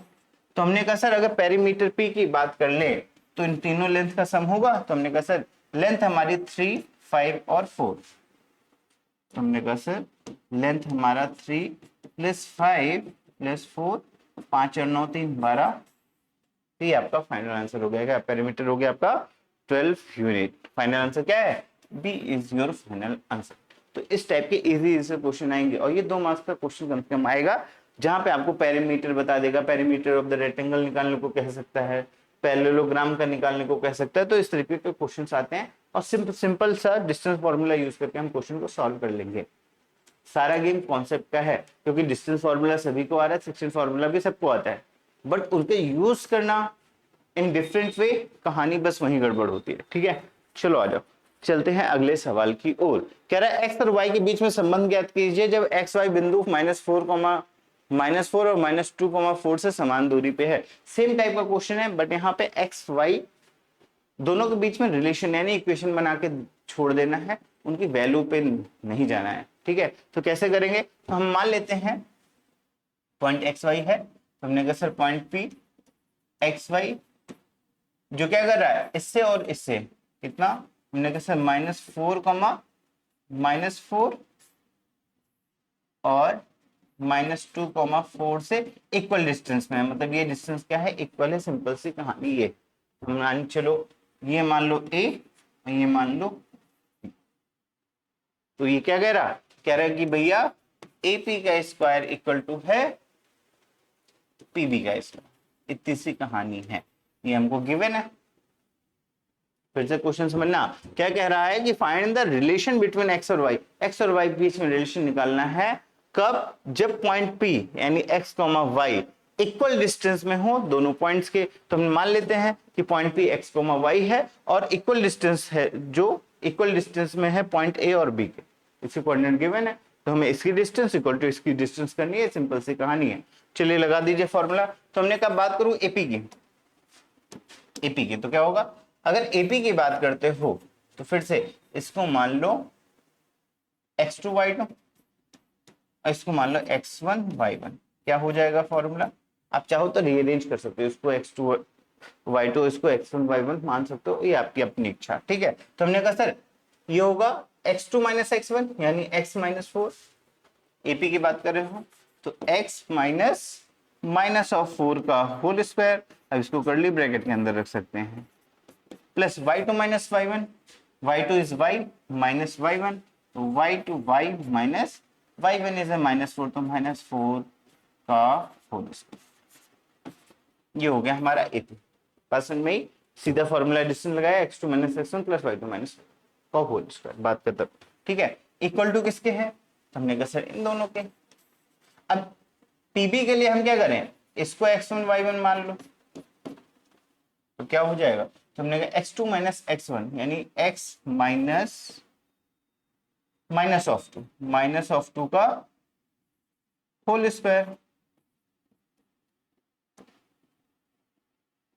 ठीक, फिर y2 माइनस y1 यानी y माइनस 4 का होल स्क्वायर, ये हो जाएगा y माइनस 4 का होल स्क्वायर। बस में हमने सिंपल सा क्या किया, डिस्टेंस फार्मूला लगा दिया। अब कर्ली ब्रैकेट क्यों लगा दिया, अंदर छोटा ब्रैकेट है इसलिए बाहर कर्ली ब्रैकेट आप यूज कर सकते हो, इसमें कोई समस्या नहीं होनी चाहिए। ठीक है, हमने कहा सर डायरेक्टली लगा दिया, AP निकाल लिया, PB निकाला। अब दोनों को इक्वल करके क्या करना है, सिंप्लीफाई करना है, और सिंप्लीफाई करके जो भी रिलेशन आएगा वही इनका फाइनल आंसर होगा। ठीक है, तो हमने कहा सर इसको सॉल्व करते हैं, तो ये होगा x minus minus minus plus यानी x प्लस 4 का होल स्क्वायर हो जाएगा। हमने कहा ठीक है सर, माइनस माइनस प्लस यानी y प्लस 4 का होल स्क्वायर हो जाएगा, इक्वल टू इसको सॉल्व करोगे तो x प्लस 2 का होल स्क्वायर हो जाएगा और y माइनस 4 का होल स्क्वायर। ये बात तो क्लियर है? हमने कहा ठीक है सर। अब सिंप्लीफाई करो तो a प्लस बी का होल स्क्वायर क्या हो जाएगा, a square plus B square plus 2ab, तो 4 दूनी 8 प्लस 8x हो जाएगा प्लस 8x। देखो डिस्टेंस फॉर्मूला ही लग रहा है, पॉइंट रखते हो गलती मत करना, साइन की गलती मत करना, क्वेश्चन कभी गलत नहीं होगा। तो x square plus 16 plus 8x plus a square यानी y स्क्वायर प्लस 16 प्लस 4 दूनी 8 प्लस 8x। ठीक, इक्वल टू इसको सॉल्व कर लो तो a स्क्वायर यानी x square plus b square यानी 4 और 2 दूनी 4 plus 4x, y square plus 16 minus 4 to 8। ये बात सुन में आई? हमने कहा ठीक है सर। अच्छा जी, अब थोड़ा जो भी चीजें कट रही हो कैंसिल आउट कर दो। तो सबसे पहले ये एक्स स्क्वायर यहाँ प्लस में, यहाँ प्लस में कट जाएगा। जिनको ये बात सुन में आए तो भैया इसको इधर ले आओ, तो एक्स स्क्वायर यहाँ प्लस में है तो माइनस में हो जाएगा, तो कट जाएंगे। सेम में हमें वाई स्क्वायर से वाई स्क्वायर कट जाएगा। हमने कहा ठीक है सर। अब क्या करो, तो हमने कहा सर सारे कॉन्स्टेंट टर्म एक साइड, सारे वेरिएबल टर्म एक साइड ले जाओ, बात खत्म। अच्छा जी, एक चीज और समझना, यहाँ मैंने प्लस एक्स कर दिया है, यहाँ क्या हो जाएगा, A square plus B square minus 8y होगा। ठीक है, तो सारे वेरिएबल एक साइड और सारे कांस्टेंट टर्म एक साइड। ठीक है, देखो 16 से ये 16 भी कट लेगा, क्लियर। तो ये होगा 8x 16x, यहाँ 8x नहीं, यहाँ पे भी y होगा, ये गलती हो गई है, कोई बात नहीं, ध्यान रखिएगा बेटा, है ना, क्योंकि y प्लस 4 का होल स्क्वायर है ना, तो a square plus B square plus 2ab, तो 4 टू 8y होगा, सेम वे में वहां पे। ठीक है, तो हमने कहा प्लस 8y, तो ये हो गया गड़बड़। ठीक है, चलो आ जाओ फिर से एक बार यहाँ से समझते हैं। हमने कहा सर एक्स स्क्वायर से एक्स स्क्वायर कट गया, 16 से 16 कट गया, यहां बचा 8x, तो हमने कहा सर 8x, फिर बचा 8y, हमने कहा ठीक है सर, प्लस 16 बचा तो 16 लिख लो, इक्वल टू इधर क्या बचा, तो हमने कहा sir 4 plus 4x minus 8। Simple सी कहानी है, जो कट रहा है उसको काट दो, बाकी जो चीजें बची उनको रख लो, ठीक है। अब इसको क्या करना है, तो हमने सारे एक्स टर्म को, एक्स और वाई टर्म यानी सारे कांस्टेंट टर्म को एक साइड, सारे वेरिएबल टर्म्स को एक साइड लेके आ जाओ, काम खत्म। हमने कहा सर 8x इधर आएगा तो ये हो जाएगा 8x minus 4x is a, यही कर देता हूं, ये हो जाएगा 8x minus 4x is a 4x, 8y minus 8y इधर जाएगा प्लस 8y तो हो जाएगा 16y, और 16 प्लस में 4 को बिधरी ले आओ तो 16 माइनस 4 कितना हो जाएगा, प्लस ऑफ 12 इक्वल टू 0। हमने कहा सर सब 4 से डिवाइड है तो सीधा 4 से क्या करो, डिवाइड कर दोगे तो हो जाएगा x प्लस 4 चौको 16, 4y plus 3, 4 time 12, 3 equal to x plus 4y plus 3 equal to 0 is your final answer. x और y के बीच में रिलेशन की बात कर रहा था, वो हमारा रिलेशन आ गया क्या, x plus 4y plus 3 equal to 0, straight line का रिलेशन है, सिंपल सा। बात समझ में क्या करना है, इंपॉर्टेंट ये पार्ट है, तो हमें क्या करना है, AP का स्क्वायर इक्वल टू PB का स्क्वायर करके फॉर्मूला रखा सिंप्लीफाई कर लिया। यहाँ पे ये चीज ध्यान रखना, अक्सर कभी कभी कंफ्यूजन हो जाती है या फिर मिस, अगर आपने गलती से x की जगह y कर दिया तो गलती हो जाती है, तो उस चीज को एक बार रीचेक जरूर करना इस वाले पॉइंट पर, ठीक है। तो A square plus B square plus 2ab, ठीक है, A square plus B square plus 2ab, यहाँ पे भी ठीक है, a प्लस बी दिस, और ये हो गया काम खत्म, सॉल्व कर लीजिएगा, फाइनल आंसर ये अब करा, ठीक है। अब चलते हैं अगले सवाल की ओर। कह रहे हैं निर्धारित करें कि क्या बिंदु 1 माइनस 3 2 माइनस 5 और माइनस 4 क्या है, 1 माइनस 3 माइनस 2 5 और माइनस 4 7 संरेख है। संरेख का मतलब क्या हुआ, एक ही लाइन पे लाई कर रहे हों। जैसे अगर एक पॉइंट ये है, हमने कहा सर ए बी और सी तीनों क्या हों, एक ही लाइन पे लाई कर रहे हों, तो इस टाइप से ये तीनों पॉइंट क्या होंगे, संरेख कहलाएंगे, ठीक है। तो मान लो पहला पॉइंट क्या है, 1 माइनस 3 2 माइनस 5 और C इज माइनस 4 7। तो इस टाइप के क्वेश्चन कैसे करने हैं, बाय यूजिंग डिस्टेंस फॉर्मूला। देखो आगे बढ़ोगे तो स्लोप फॉर्मूला और काफी सारे मेथड्स आते हैं, ठीक है। एरिया ऑफ द ट्रायंगल का भी यूज करके हम कोलिनियर यानी संरेख को प्रूफ करते हैं, बट यहाँ पे अगर हमें डिस्टेंस फॉर्मूला यूज करना है तो किस तरीके से करेंगे, इस बात को समझो। तो मैंने कहा अगर डिस्टेंस फॉर्मूला यूज करना है तो सिंपल सी कहानी है, अगर ये एक ही लाइन पे लाई कर रहे हैं तो AB plus BC equal to AC, ये हो सकता है। तो अभी तो हम भाई एक लाइन में ड्रॉ कर रहे हैं तो हम ये कह सकते हैं AB plus BC plus AC, but actual में पॉइंट कहां लाई कर रहे हैं ये तो हमें पता नहीं, लेकिन ये चीज पता है कि दो डिस्टेंस का सम तीसरे डिस्टेंस के इक्वल अगर आ गया तो हमारा क्या होगा, एक ही लाइन पे लाई करेंगे, सिंपल सी कहानी है, ठीक है। तो कैसे करेंगे, तो हमने कहा सर अगर ये करना है तो सबसे पहले आप AB की वैल्यू फाइंड कर लो। AB की डिस्टेंस क्या होगी, हमने कहा AB की अगर बात करते हो तो फिर से एक बार समझना, तो हमने कहा सर AB का डिस्टेंस फाइंड करना है तो ये x1 y1 मान लो, इसको मान लो x2 y2, ध्यान से फॉर्मूला वैल्यू रखना। तो हमने कहा y2 माइनस y1 यानी y2 is minus 5 minus of minus 3 minus 5 minus of minus 3 का whole square plus x2 minus x1 यानी 2 माइनस 1 का होल स्क्वायर 2 माइनस 1 का होल स्क्वायर। और जब भी वैल्यू रखो उनके साइन के साथ रखो, इसमें गलती मत करना। तो हमने क्या किया, y2 यानी माइनस 5 माइनस 3 का होल स्क्वायर प्लस 2 माइनस 1 का होल स्क्वायर, सॉल्व करेंगे तो माइनस माइनस प्लस 5 प्लस 3 लिख लेना भैया, आप लोगों के लिए फिर से कर दे रहा हूँ, 5 प्लस 3 का होल स्क्वायर प्लस 2 माइनस 1 यानी 1 का स्क्वायर, ये 3 है, और 5 माइनस 5 और 3 कितना हो जाएगा, तो हमने कहा सर ये हो जाएगा 2 माइनस 2 का स्क्वायर है 4 और 4 प्लस 1 इज 5। हमने कहा सर AB का स्क्वायर इक्वल टू 5 आ रहा है, तो AB की वैल्यू क्या आएगी, AB की वैल्यू आ जाएगी √5। ये हो गया पहला पार्ट। हमने कहा सर इसी तरीके से क्या निकालो, BC निकाल लो।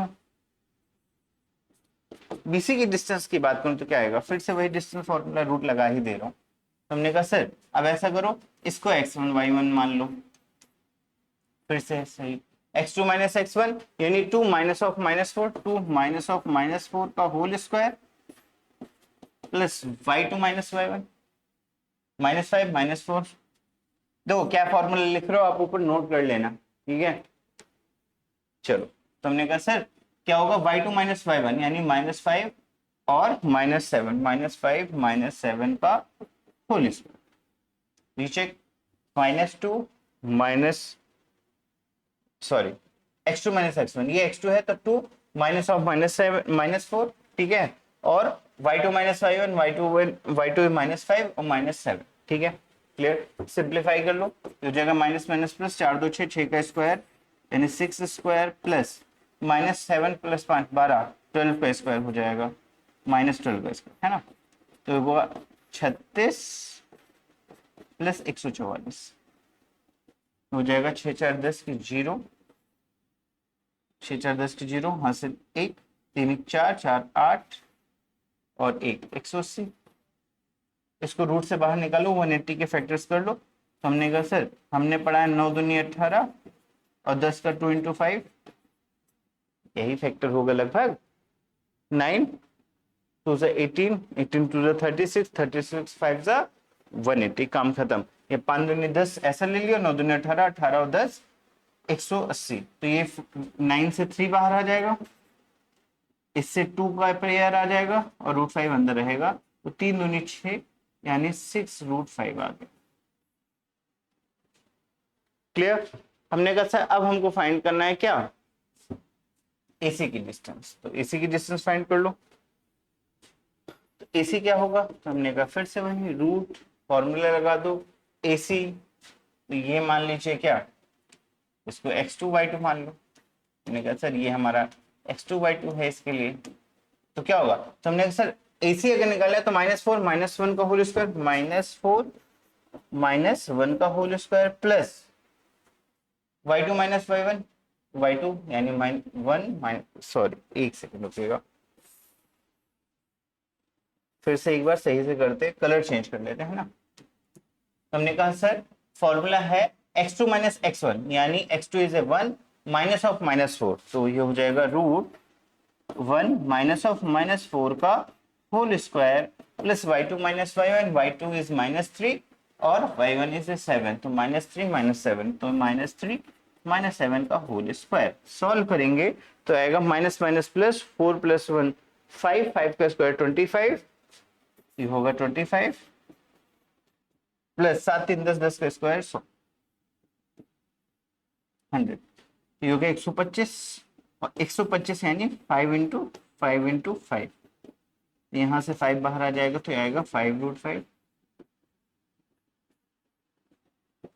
तो हम यहाँ पे एक चीज ऑब्जर्व कर रहे हैं कि ए बी और एसी को ऐड करो तो बीसी आ रहा है ना। हमने कहा सर यहाँ पे मिल रहा है A B plus AC equal to क्या आ जा रहा है, आपका बीसी आ रहा है, चेक कर लो। ए बी की वैल्यू क्या है √5, एसी की वैल्यू क्या है 5 √5, इक्वल टू क्या आ रहा है 6 √5, जो कि हमारी बीसी की वैल्यू है। और ये अगर कंडीशन को फॉलो कर रहा है मतलब ये तीनों लाइनें क्या होंगी, कोलिनियर होंगी यानी संरेख होंगी, ये चीज याद रखिएगा। तो जब भी संरेख यानी कोलिनियर की कंडीशन होगी ऐसे ही आप 3 डिस्टेंस निकालोगे और 3 में से कॉम्बिनेशन चेक कर लेना, किन्हीं भी 2 लेंथ का एडिशन यानी जोड़ने पे क्या हो तीसरी लाइन के बराबर, तो इस कंडीशन में ये कहानी बनेगी। अगर तीनों इक्वल टू हैं यानी √5 + 5 √5 इक्वल टू 6 √5 है, यानी तीनों रेखाएं क्या है, एक मतलब तीनों पॉइंट क्या है एक ही रेखा पे लाई करेंगे यानी संरेख होंगे। क्लियर, ठीक है। अब आ जाते हैं अगले सवाल की ओर। एनसीईआरटी का एक प्यारा सा क्वेश्चन है और इस टाइप के क्वेश्चन ग्राफिकली आते हैं, टफ नहीं होते हैं, बट देखने में इतने बड़े लग जाते हैं कि बच्चा कंफ्यूज हो जाता है क्या है। तो जल्दी इस क्वेश्चन पढ़ते हैं फिर आगे बढ़ते हैं। क्या कह रहा कि एक कक्षा में 4 सहेली चित्र में दर्शाए गए अनुसार है ABCD बैठी हुई हैं। चंपा चमेली कक्षा में आती है और कुछ मिनट देखने के बाद चंपा चमेली पूछती है क्या तुम्हें नहीं लगता कि ABCD एक वर्ग है। अगर चमेली इसे सहमत नहीं है तो दूरी का प्रयोग करके बताइए कि उनमें कौन सही है। सिंपल सी कहानी है। ये हमारा ग्राफ रहा, ए बी सी डी, 4 लोग हैं, इनकी पोजीशन है, ठीक है। हमको फिर डिस्टेंस फॉर्मूला का यूज करके हमें ये बताना है कि ये चारों स्क्वायर में यानी वर्ग में बैठी है कि नहीं, एक वर्ग के चारों कोनों में बैठी है कि नहीं। सिंपल सी कहानी ये है। हमने कहा सर ये और ये एक वर्ग में अगर बैठी हैं तो ये डिस्टेंस हमारी क्या होनी चाहिए, इक्वल होनी चाहिए। अच्छा, एक और चीज याद रखिएगा, जब भी इस टाइप के क्वेश्चंस आएंगे तो एक कंडीशन और, क्या कंडीशन, भैया वर्ग के लिए 2 कंडीशन फॉलो करेगा। पहले चारों लेंथ इक्वल होनी चाहिए और उसके अलावा जो इनके डायगोनल है वो भी इक्वल होने चाहिए। अगर डायगोनल इक्वल नहीं है तो वर्ग ना होकर के क्या हो जाएगा, रोम्बस हो जाएगा, ठीक है। तो हमें क्या करना है, पहले इनकी डिस्टेंस फाइंड करके इक्वल करनी है और इसके बाद इनके डायगोनल को इक्वल कर देना है। अगर इनके डायगोनल और ये चारों जो साइड्स हैं ये इक्वल हैं तो ये एक क्या कहलाएगा, वर्ग कहलाएगा, नहीं तो ये रोम्बस बन जाएगा। बात समझ में आई, या फिर जैसा फिगर है उस पर डिपेंड करेगा। चलो आ जाओ। तो हमने कहा सर अगर मुझे इसको वर्ग शो करना है कि भैया ये एक वर्ग है तो 4 डिस्टेंस इक्वल होनी चाहिए, तो सबसे पहले क्या कर लो, इनके कोऑर्डिनेट फाइंड कर लो। मैं इसको हटा दे रहा, मैंने कहा सर एबीसीडी के पहले कोऑर्डिनेट तो पता करो। तो ए के कोऑर्डिनेट होंगे तो हमने कहा सर 3 यूनिट और ऊपर जाएंगे 4 यूनिट, 3,4। आपको नहीं दिख रहा होगा, कोई अच्छा सा कलर यूज कर लेते हैं, ठीक है। तो हमने कहा सर ये हो जाएगा 3, पॉइंट डी की बात कर लो तो डी क्या होगा, तो हमने कहा सर 6 और 1, 6,1। पॉइंट सी की बात कर लो तो ये हो जाएगा कोऑर्डिनेट यहाँ एक्स एक्सिस में 9 यूनिट और 4, तो 9,4। और अगर बी की बात करो तो बी के कोऑर्डिनेट आएंगे तो हमने कहा सर ये आएगा 6 और ये है 7। तो पहले एबीसीडी सारे कोऑर्डिनेट निकल आए, ठीक है। अब हमें सिंपल सा क्या करना है, यहाँ पे चाहे आप ये चीज शो कर दो कौन सा कोऑर्डिनेट क्या है, कि पॉइंट ए का कोऑर्डिनेट क्या है, बी का क्या है, सी का क्या है, ठीक है। अब हमने कहा सर चारों डिस्टेंस निकाल के इक्वल देख लो, तो हमने कहा sir A D B C और ये, या A B B C C D निकाल लो। हमने कहा ए बी की वैल्यू फाइंड करते हैं, तो ए बी इक्वल टू क्या होगा, तो हमने कहा सर रूट, फिर से वही पॉइंट हमें पता है, ए ये है बी ये है, तो हो जाएगा क्या, इसको मान लो x1 y1 और इसको मान लो x2 y2। तो हमने x2 माइनस x1 यानी 6 माइनस 3 का होल स्क्वायर, तो ये हो जाएगा 6 माइनस 3 का whole square, plus y2 minus y1 यानी 7 माइनस 4 का होल स्क्वायर, 7 माइनस 4 का होल स्क्वायर। सिंप्लीफाई करोगे तो 6 में से 3 गए 3 का स्क्वायर, प्लस 7 में से 4 गए 3 का स्क्वायर, तो हो जाएगा 9 प्लस 9 18, 18, 3 का स्क्वायर 9, 3 का स्क्वायर 9, 18 हो गया। तो हमने कहा सर अगर ये 18 है तो 9 इंटू 2 और 9 से बाहर आ जाएगा ये, तो हो जाएगा 3√2। जिसको न समझ में फैक्टर कर लेना, क्या हो जाएगा 3 इंटू 3 इंटू 2 हो जाएगा, 3 बाहर आएगा तो ये आंसर मिल जाएगा। क्लियर, ठीक है। इसके बाद हमने कहा सर ए भी पता चल गया, अब निकाल लो बी सी। तो ये x2 y2 है, इसको मान लो x1 y1। फिर से वही फॉर्मूला, तो हमने कहा सर बीसी की अगर बात करते हो तो आएगा रूट x2 माइनस x1 यानी 6 माइनस 9 का होल स्क्वायर, तो हो जाएगा 6 माइनस 9 का होल स्क्वायर प्लस 7 माइनस 4 का होल स्क्वायर, 7 माइनस 4 का होल स्क्वायर, 7 माइनस 4 का होल स्क्वायर। फिर से सॉल्व करोगे तो 6 माइनस 9 3 का स्क्वायर, 7 माइनस 4 3 का स्क्वायर, तो ये आपका फिर से 3√2 आ जाएगा। डन, ठीक है। नेक्स्ट चलते हैं। हमने कहा सर हमें ए बी पता चल गया, बी सी पता चल गया, अब सी डी की बात कर लो। हमने कहा sir C D equal to क्या होगा, रूट, फिर से कोऑर्डिनेट लिख दो। तो हमने कहा सर डी के कोऑर्डिनेट है 6,1 और सी के कोऑर्डिनेट है आपके सी इज कितना 9,4, तो ये हो जाएगा 9,4। इसको मान लो x1 y1, इसको मान लो, आप कोई भी मान सकते हो, आपकी इच्छा, बट मैंने लेट कर लिया। तो हमने कहा फिर से x2 माइनस x1 यानी 6 माइनस 9 का होल स्क्वायर, तो ये हो जाएगा 6 माइनस 9 का whole square plus y2 minus y1 यानी 1 माइनस 4 का होल स्क्वायर, ये हो जाएगा 1 माइनस 4 का होल स्क्वायर। सॉल्व करोगे तो फिर से वही 3 का स्क्वायर प्लस 3 का स्क्वायर आ जाएगा, जिसको हमने सॉल्व किया था, ये आएगा 3√2। बात खत्म, ये चीज डन। चलो आ जाओ। हमने कहा सर अब एक ही चीज बचती है एडी, इसको भी निकाल ही लो एक बार में।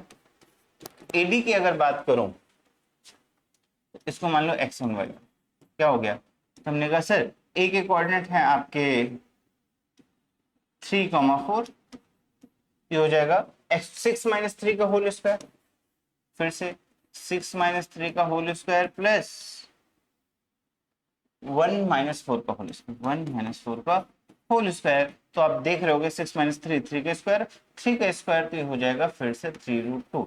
तो हमने एक चीज तो पा ली, क्या कि भैया A B, B C, C D और ए डी ये सब इक्वल हैं कितने हैं? 3√2।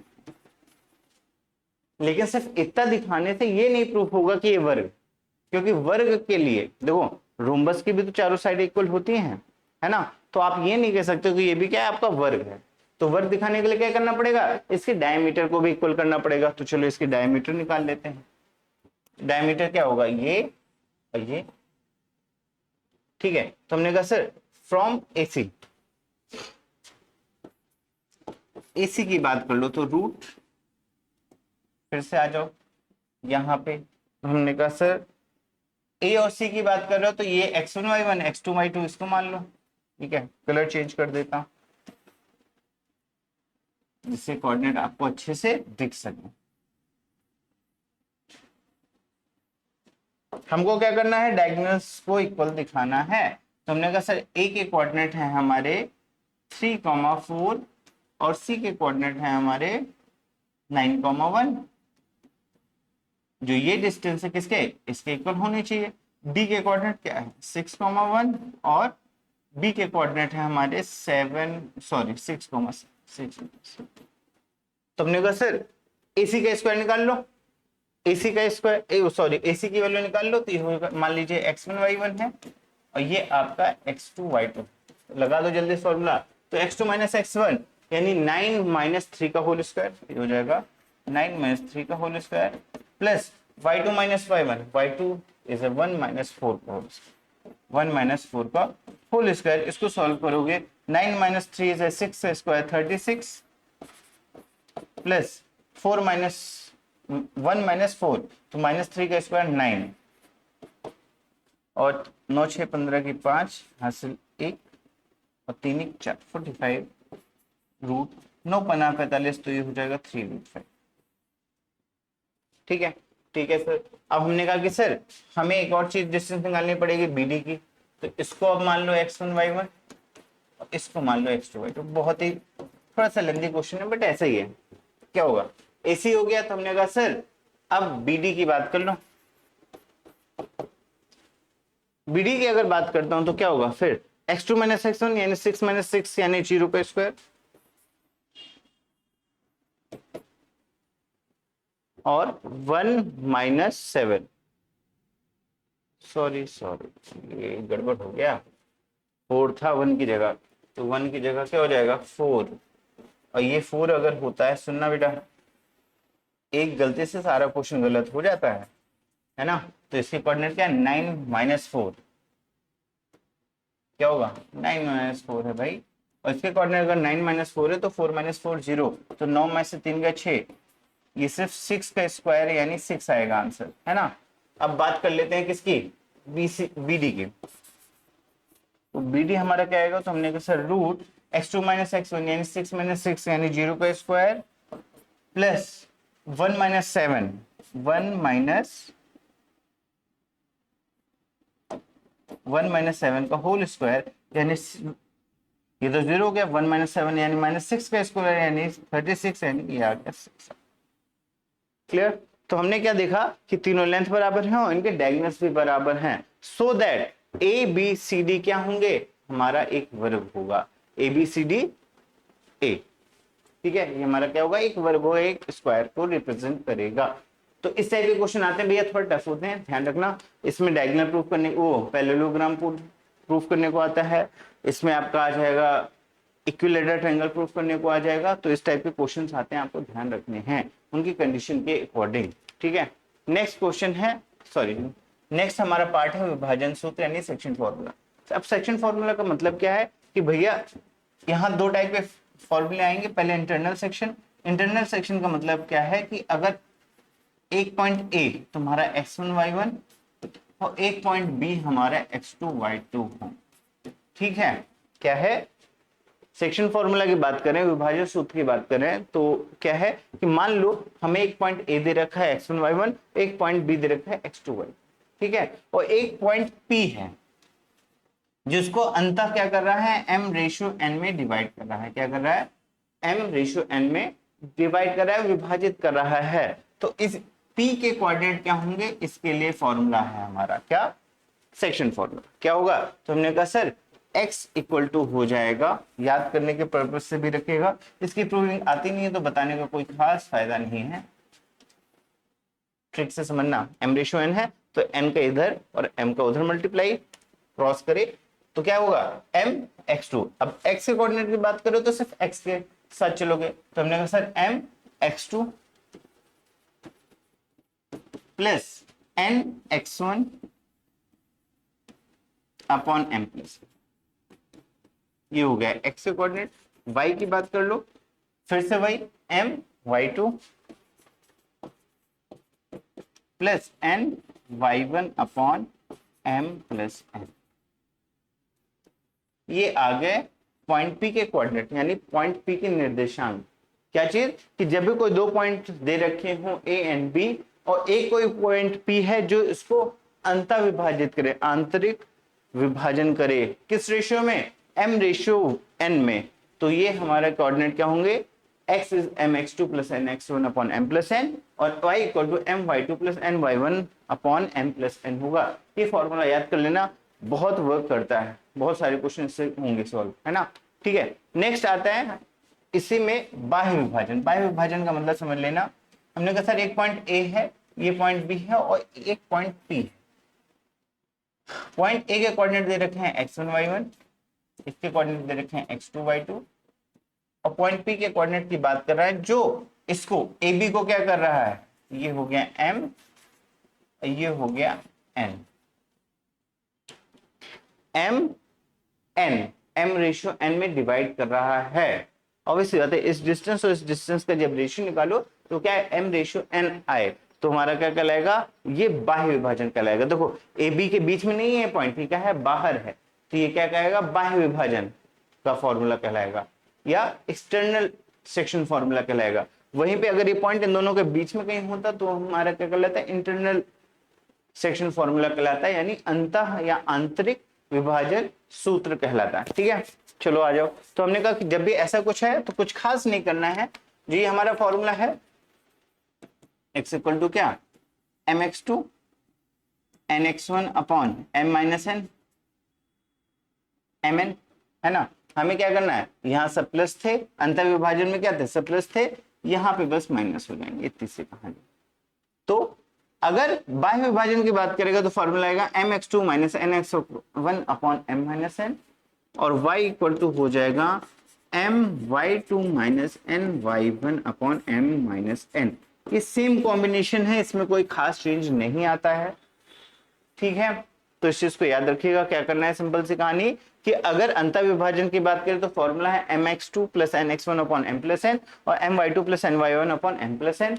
वहीं पर बाह्य विभाजन यानी कोई पॉइंट अगर बाहर है और वो इस लाइन को, इस दोनों पॉइंट को क्या कर रहा है, AB को क्या कर रहा है, m रेशियो n में डिवाइड कर रहा है, तो उस कंडीशन में फॉर्मूला होगा mx2 minus nx1 upon m minus n और y equal to my2 minus ny1 upon m minus n। बाय अंतर है तो बीच में प्लस साइन रहेगा और बाय है तो बीच में माइनस साइन रहेगा। क्लियर है, ठीक है। इसके बाद आता है मध्य बिंदु का सूत्र। अब मध्य बिंदु क्या हुआ कि भैया सेम चीज इंटरनल पॉइंट वाली ही बात होगी, पॉइंट ए दे रखा होगा, पॉइंट बी दे रखा होगा, ये हो गया x1 y1 और ये पॉइंट हो गया x2 y2।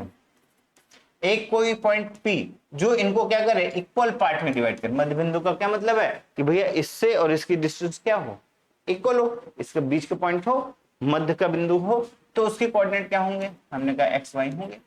अब सुना कहानी, अगर मैं कहूं A और B को पॉइंट P क्या कर रहा है, इक्वल पार्ट में डिवाइड कर रहा है, मतलब पॉइंट P क्या है, मध्य बिंदु है, तो तुम्हारा APPB इक्वल होगा, यानी m रेशियो n जो हम करते थे वो m equal to n equal to क्या हो जाएगा, 1:1 पे डिवाइड हो जाएगा ना, तो m रेशियो n या फिर m equal to n equal to 1 let कर लो और डायरेक्टली इंटरनल फॉर्मूला क्या था हमारा, हमने कहा सर x, y था, इंटरनल का फॉर्मूला हमने पढ़ा था mx2 plus nx1 upon m plus n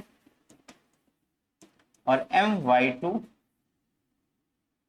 आ जाओ जो बेटा जल्दी से ध्यान देना मेरे प्यारे बच्चों, बहुत इजी सी चीजें चल रही हैं, कंफ्यूजन बस यही होती है कि आप फॉर्मूले नहीं याद करते इसलिए गड़बड़ करते हैं। अब सुना, मैंने कहा सर एक तरीके से देखा जाए ए बी को पॉइंट पी क्या कर रहा है, आंतरिक विभाजित तो कर रहा है, अंतर विभाजन ही तो कर रहा है, यानी इंटरनल सेक्शन फॉर्मूला लगा दो सीधा, ये हमारा क्या है अंतर विभाजन का फॉर्मूला है।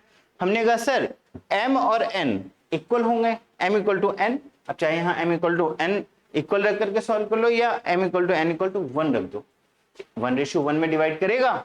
तो हमने कहा सर m और n की वैल्यू जैसे इक्वल रखेंगे या 1 रखेंगे तो हमें x और y के कोऑर्डिनेट मिल जाएंगे x2 प्लस x1/2 और y2 plus y1/2।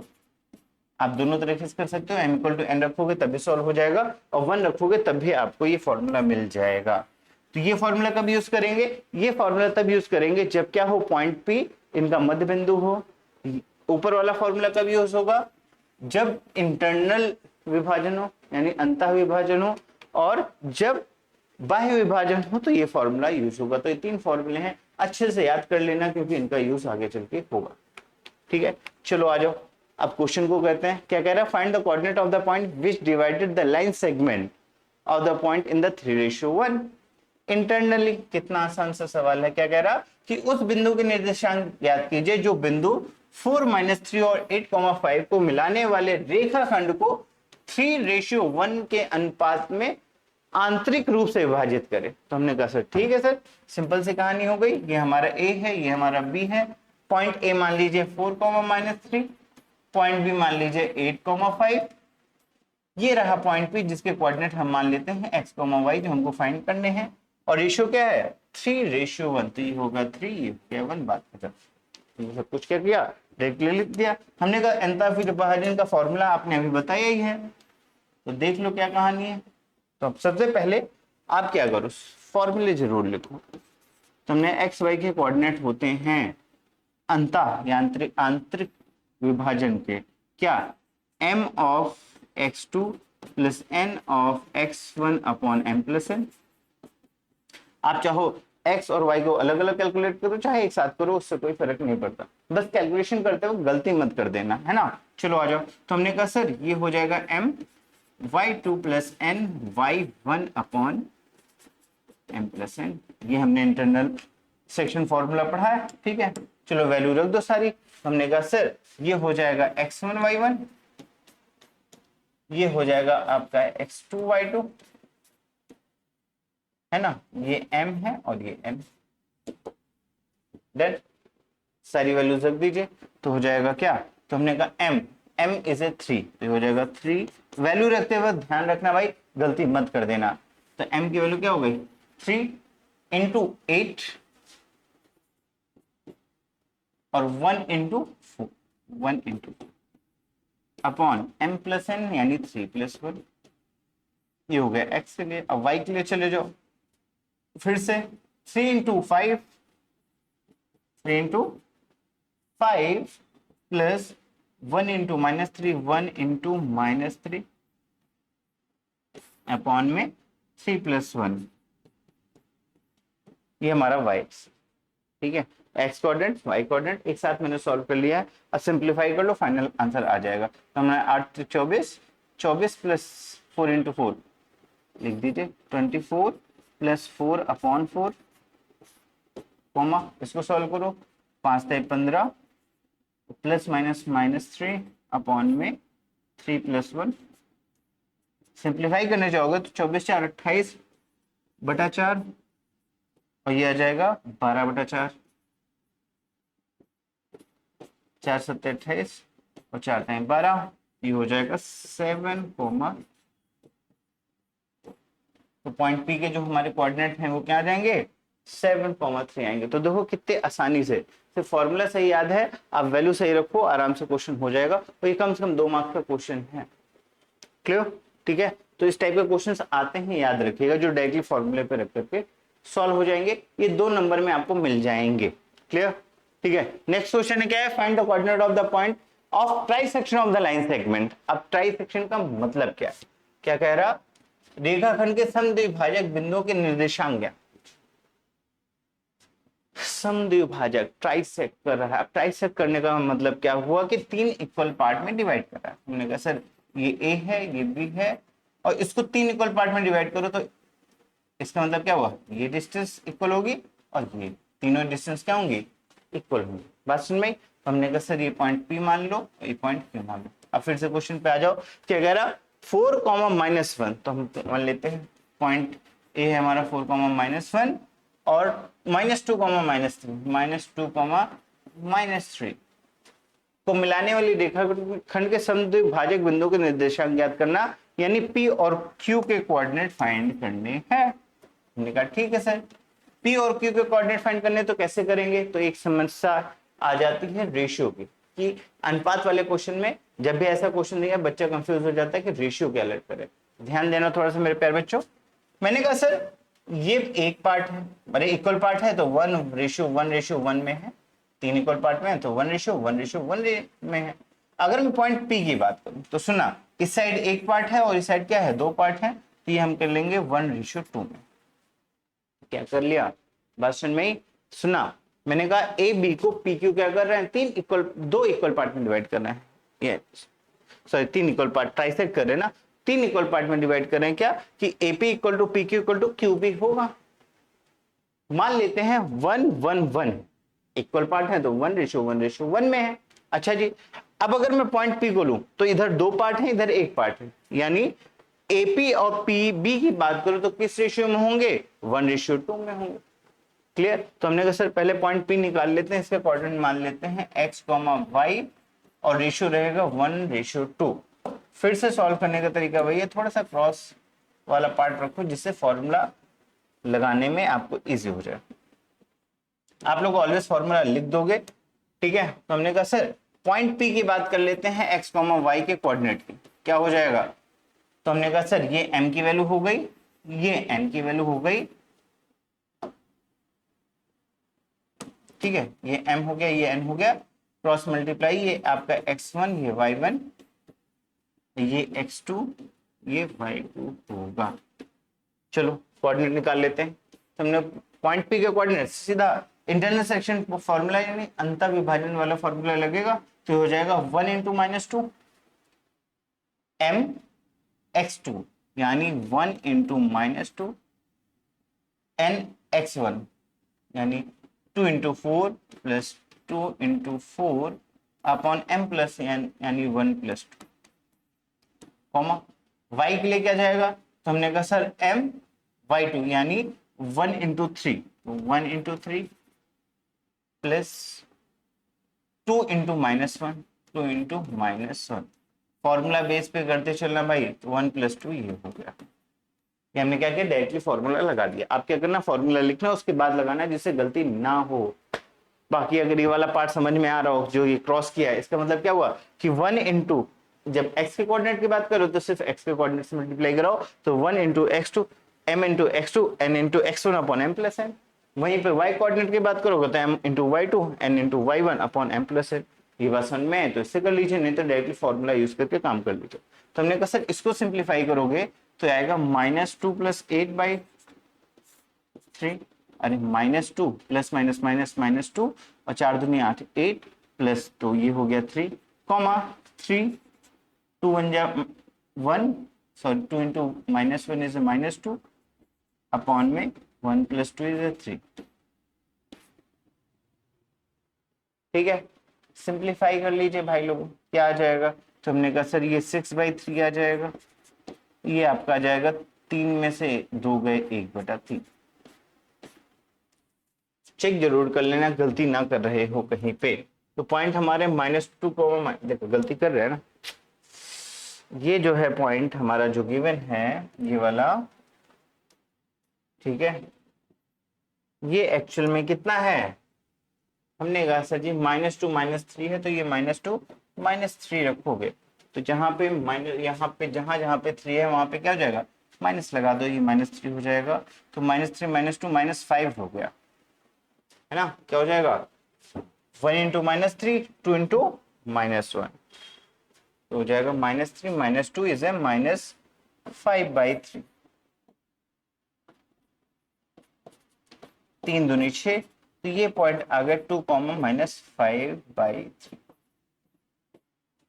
Done, clear है। हमने क्या किया, हमने कहा सर एपी और पीबी, क्योंकि अभी भूल जाओ, एपी और पीबी को हमने क्या किया, 1:2 में डिवाइड कर दिए। पॉइंट हमें पता है 4, -1, 4, -1 और -2, -3। m/1 में यानी 1:2 पे 2 का मल्टीप्लाई 4 से, तो 2 इंटू 4, सॉरी 2 इंटू 4 और 1 इंटू -2, तो हो जाएगा 1 इंटू -2 और 2 इंटू 4, ये वाला पार्ट हो गया।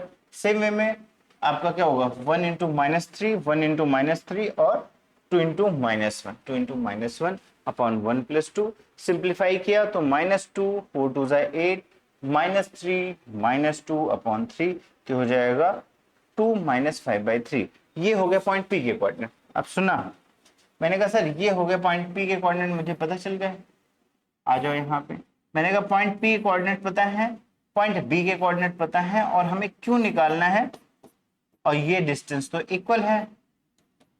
आप एक काम कर सकते हो, यही चीज जो हमने पी के निकालने के लिए किया वही आप क्यू के लिए करोगे, तो आप कर सकते हो 2:1 में डिवाइड, ठीक है। या फिर दूसरा तरीका क्या है, हमने कहा सर पी और बी का मिड पॉइंट क्यू होगा, क्योंकि 1:1 में ही है, तो सीधा मिड पॉइंट फॉर्मूला लगा सकते हैं। तो हमने कहा सर पी दे रखा है 2, -5/3, और ये दे रखा है क्या, -2 -3, तो मिड पॉइंट होगा यानी पॉइंट क्यू आपका डायरेक्टली हो जाएगा क्या, तो हमने कहा सर 2 प्लस ऑफ -2 यानी 2 प्लस ऑफ -2/2 और -5/3 plus of -5/3 plus of -3 divided 2, यही तो मिड पॉइंट फॉर्मूला है।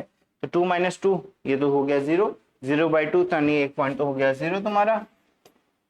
इसकी बात कर लो तो हो जाएगा क्या, माइनस, ये भी माइनस हो जाएगा, प्लस माइनस माइनस, तो -5 -9/3, -5 -9/3, 3 नीचे मल्टीप्लाई हो जाएगा 6, ठीक है, और 9 5 14, तो ये हो जाएगा 0, -14/6, 2 से कट जाएगा तो हो जाएगा 7 और 3, ठीक है। तो हमारा पॉइंट आ गया 0, -7/3, ठीक है। तो पॉइंट पी के कोऑर्डिनेट क्या आ गए आपके 2, -5/3, आंसर को मैं ग्रीन से कर दे रहा हूं। ये हो गया आपका पी का कोऑर्डिनेट। क्यू के कोऑर्डिनेट की बात करो तो ये आपका हो गया क्यू। इस टाइप के क्वेश्चंस आते हैं ट्राई सेक्शन वाले, जब भी आएंगे आपको हमेशा इसी तरीके से अप्रोच करना है कि 3 इक्वल पार्ट में डिवाइड किया, एक के लिए 1:2 मान लिया और दूसरा मिड पॉइंट के फॉर्मूला यूज करके सॉल्व कर लिया, बात इतनी सी है। क्लियर हुआ, ध्यान रखिएगा, क्लियर। अब चलते हैं अगले सवाल की ओर, बहुत आसान सा सवाल है और जल्दी से इस क्वेश्चन को करने। क्या कह रहा कि find the coordinate of the point A where AB is a diameter of circle whose center is 2 - 3 and B is this। आए है, क्या बात है, आ जाओ। क्या क्वेश्चन है, पहले क्वेश्चन समझ लेना मेरे प्यारे बच्चों। कह रहा एक सर्कल है मेरे पास, हमने कहा ठीक है सर।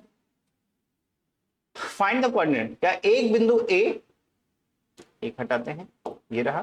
कह रहा एक बिंदु ए के निर्देशांक ज्ञात करने हैं जहां पे ए बी एक व्यास है। हमने कहा सर ये रहा ए और ये रहा बी, ए भी एक व्यास है। अब व्यास किसे कहते हैं भैया, सर्कमफ्रेंस से दूसरे सर्कमफ्रेंस पे कुछ कॉर्ड कहते हो या क्या कहते हो, जीवा कहते हो, जो कि क्या करे सेंटर से होके जाए, केंद्र से होके जाए, हमारा क्या कहलाता है, व्यास कहलाता है, ठीक है। और ऑब्वियस सी बात है ये इसका क्या होगा, मिड पॉइंट, क्योंकि ये रेडियस तो इक्वल ही होगी, तो ये इसका मिड पॉइंट होगा जिसको मान लेते हैं पी। फिर से क्वेश्चन पे आ जाओ।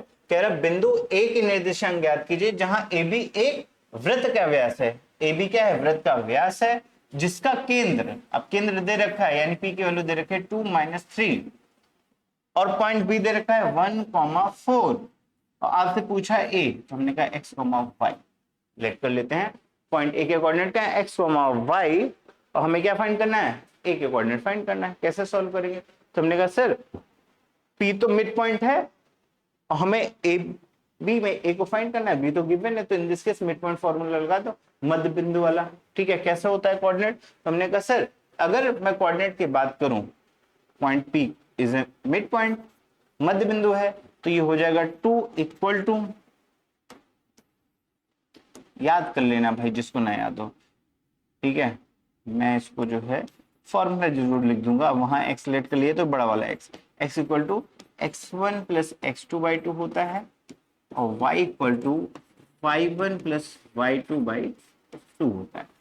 हमने कहा सर ये हमारा x1 होगा, ये y1 होगा, ये x2 होगा, ये y2 होगा, तो ये हमारा x और y, ये कहानी। ठीक है, चलो आ जाओ। अब अगर चीजें आ जाएं, देखो इधर बेटा, वैसे बहुत ही इजी था, मैं बस आप फॉर्मूला रिलेट कर पाओ इसलिए मैंने लिखा। और याद रखिएगा कभी अगर इक्वेशन के अंदर ही हमने x, y लेट कर लिया है तो फॉर्मूले में भी वही x, y मत रख देना, नहीं तो कंफ्यूज हो जाओगे। ठीक है, तो हमने कहा इसीलिए हमने क्या किया, बड़ा अल्फाबेट का यूज कर लिया कि x और y जिसे डिफरेंशिएट कर सको, स्मॉल xy हमारा ये है ना।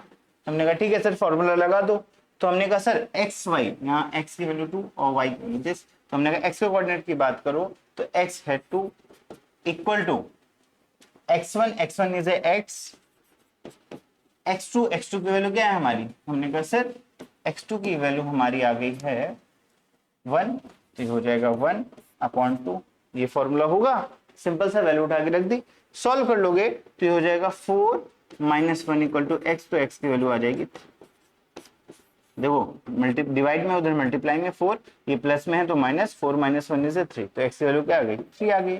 अब y की वैल्यू की बात कर लो तो y की वैल्यू यहाँ पे क्या है, -3, हमने कहा -3 इक्वल टू होगा y1 यानी y प्लस y2 यानी 4 डिवाइडेड बाई 2, फिर से ये आ जाएगा -6 इक्वल टू y प्लस 4 इधर -4 तो हो जाएगा -10 इक्वल टू y, यानी y के कोऑर्डिनेट आ गए -10।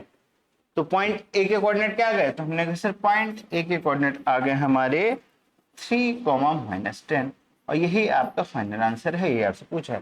देखो कितना इजी सा क्वेश्चन है, बस इन कंडीशन को आपको पता होना चाहिए कि वृत्त का व्यास है तो मिड पॉइंट पे होगा, ये सारी चीजें, वैसे ये बेसिक चीज है, इतना तो आपको पता होगा, और ये 2 से 3 नंबर का क्वेश्चन है आपके सामने, क्लियर। ठीक है, अब आ जाते हैं सेंट्रॉइड ऑफ ए ट्रायंगल, यानी सेंट्रॉइड किसे कहते हैं, यानी केंद्रक किसे कहते हैं। अब एक बात समझना मेरे प्यारे बच्चों, बहुत ही इजी सा पार्ट है, क्योंकि काफी सारे बच्चों को सेंट्रॉइड यानी केंद्रक में कंफ्यूजन होती है। तो डेफिनेशन समझना, मैंने कहा अगर मेरे पास कोई एक ट्रायंगल है, ठीक है, और उस ट्रायंगल में मैंने क्या किया, मैंने एक वर्टेक्स से एक लाइन ड्रॉ की, ठीक है, और ये जो लाइन है ये क्या करे, ये अपोजिट साइड को इक्वल पार्ट में डिवाइड कर दे, क्या कर दे, अपोजिट साइड को इक्वल पार्ट में अगर डिवाइड करती है, फिर समझना किसी भी त्रिभुज में एक वर्टेक्स उठाया, उससे एक लाइन ड्रॉ की, वो लाइन क्या करे, अपोजिट साइड को, जो अगली सामने वाली भुजा है उसको क्या करे, 2 बराबर भागों में डिवाइड कर दे, तो जो ये लाइन है ये हमारी कहलाती है मीडियन, यानी माध्यिका कहलाती है, क्या कहलाती है, मीडियन कहलाती है, माध्यिका कहलाती है। इसी तरीके से किसी भी ट्रायंगल में कितनी माध्यिकाएं होती हैं, हमने कहा सर 3 माध्यिकाएं, ड्रॉ कर देता हूं, एक इस वर्टेक्स से जाएगी और इस पार्ट को इक्वल पार्ट में डिवाइड करेगी, और एक इससे जाएगी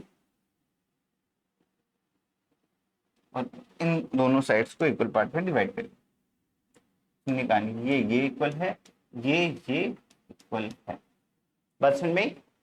फिर से एक बार, किसी भी ट्रायंगल, किसी भी त्रिभुज में किसी वर्टेक्स से एक लाइन ड्रॉ करूं, एक लाइन मैंने डाली और वो लाइन क्या करे, अपोजिट साइड को इक्वल पार्ट में डिवाइड कर दे, तो वो हमारी क्या कहलाती है, माध्यिका। ठीक है, इसी तरीके से एक ट्रायंगल में कितनी माध्यिकाएं हो सकती हैं, 3 माध्यिका। एक बार यहां से ड्रॉ किया तो ये इक्वल पार्ट में डिवाइड किया, इस पॉइंट से ड्रॉ किया तो ये इक्वल पार्ट में डिवाइड किया, इस लाइन से ड्रॉ किया तो इस, ठीक है। तो इन बांधिकाओं, इन मीडियन का जो इंटरसेक्टिंग पॉइंट है, जिस पॉइंट में क्या करें, ये कट कर रही हैं, ये इस ट्रायंगल का सेंट्रॉइड कहलाता है। ट्रायंगल का क्या कहलाता है? सेंट्रॉइड कहलाता है।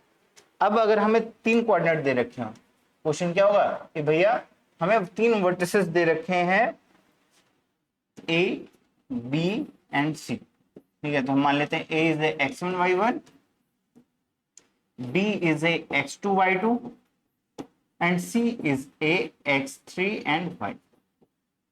ये हमारे क्या है? वर्टिसेस के कोऑर्डिनेट दे रखे हैं, निर्देशांक गिवन है। हमसे कह रहे हैं सेंट्रॉइड यानी केंद्र के जो है कोऑर्डिनेट्स बताइए, निर्देशांक बताइए। तो केंद्र को हमेशा जी से रिप्रेजेंट करते हैं, और जी के कोऑर्डिनेट की अगर बात करूं तो ऑलवेज होगा G equal to x1 plus x2 plus x3 by 3 and y1 plus y2 plus y3 by 3। ये हमारे हो गए किसी भी ट्रायंगल में सेंट्रॉइड के कोऑर्डिनेट्स। बात समझ में, डायरेक्टली फॉर्मूला लगाएंगे, बात खत्म। फिर से एक बार समझ लेना, हमारे पास एक त्रिभुज है, ठीक है, जिसके कोऑर्डिनेट ABC गिवन है, ठीक है। अब बात करते हैं सेंट्रॉइड किसे कहते हैं। तो हमने कहा सर वर्टेक्स से एक लाइन ड्रॉ की जो कि अगर अपोजिट साइड को इक्वल पार्ट में डिवाइड कर दे उसे हम मीडियन कहते हैं। किसी ट्रायंगल में कितने मीडियन हो सकते हैं? 3 मीडियन हो सकते हैं, और इन तीनों मीडियन का जो इंटरसेक्टिंग पॉइंट होगा वो हमारा क्या कहलाएगा? सेंट्रॉइड यानी केंद्रक कहलाएगा। इस केंद्रक का क्या कोऑर्डिनेट क्या होंगे? x1 plus x2 by x3 by 3 और y1 plus y2 plus y3 by 3। Simple सी कहानी है, ठीक है। प्रूव कर सकते हैं, बस प्रूविंग आती नहीं तो इससे कोई फर्क नहीं पड़ता, ठीक है। चलो आ जाओ अगले सवाल की ओर। क्या कह रहा कि find the coordinate of the coordinate of A centroid of A triangle. क्या करना है? एक त्रिभुज के केंद्र के निर्देशांक ज्ञात करने हैं, जबकि पॉइंट्स ये दे रखे हैं। तो हमने कहा सर फिर से वही कहानी है, बना लो एक ट्रायंगल, ठीक है। तो ये हमारा क्या होगा? ये ट्रायंगल होगा, ठीक है, और इसके कोऑर्डिनेट दे रखे हैं। तो हमने कहा सर मान लीजिए A ये 0,6, B दे रखा है 8,12, इसको मान लीजिए 8,0 और सेंट्रॉइड यहाँ कहीं G होगा। इसके कोऑर्डिनेट पूछ रहा है, तो सिंपल से कहानी क्या है? तो हमने कहा सेंट्रॉइड अभी हमने फॉर्मूला पढ़ा क्या? x1 plus x2 plus x3 by 3 sorry comma y1 plus y2 plus y3 by. क्या ये बात समझ में आई? क्या होगा फॉर्मूला?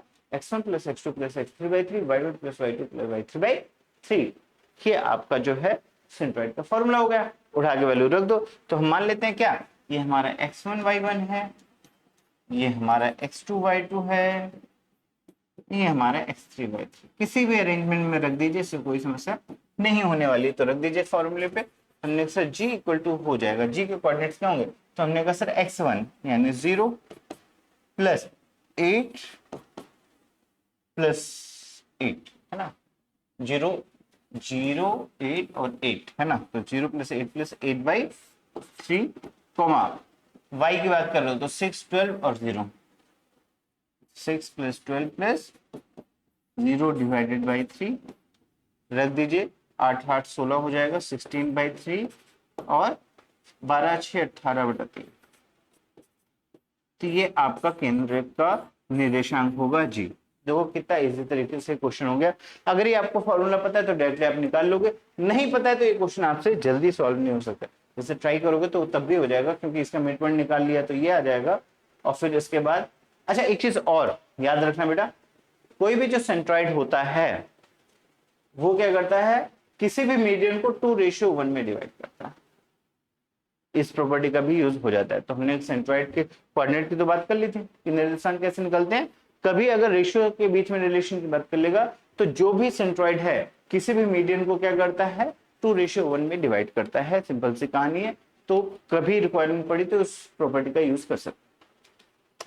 ठीक है, ये आ गया अगला सवाल। चलिए इस क्वेश्चन को पढ़ते हैं, समझते हैं और सॉल्व करते हैं। In what ratio does the point is divided the segment joining the point of this and that?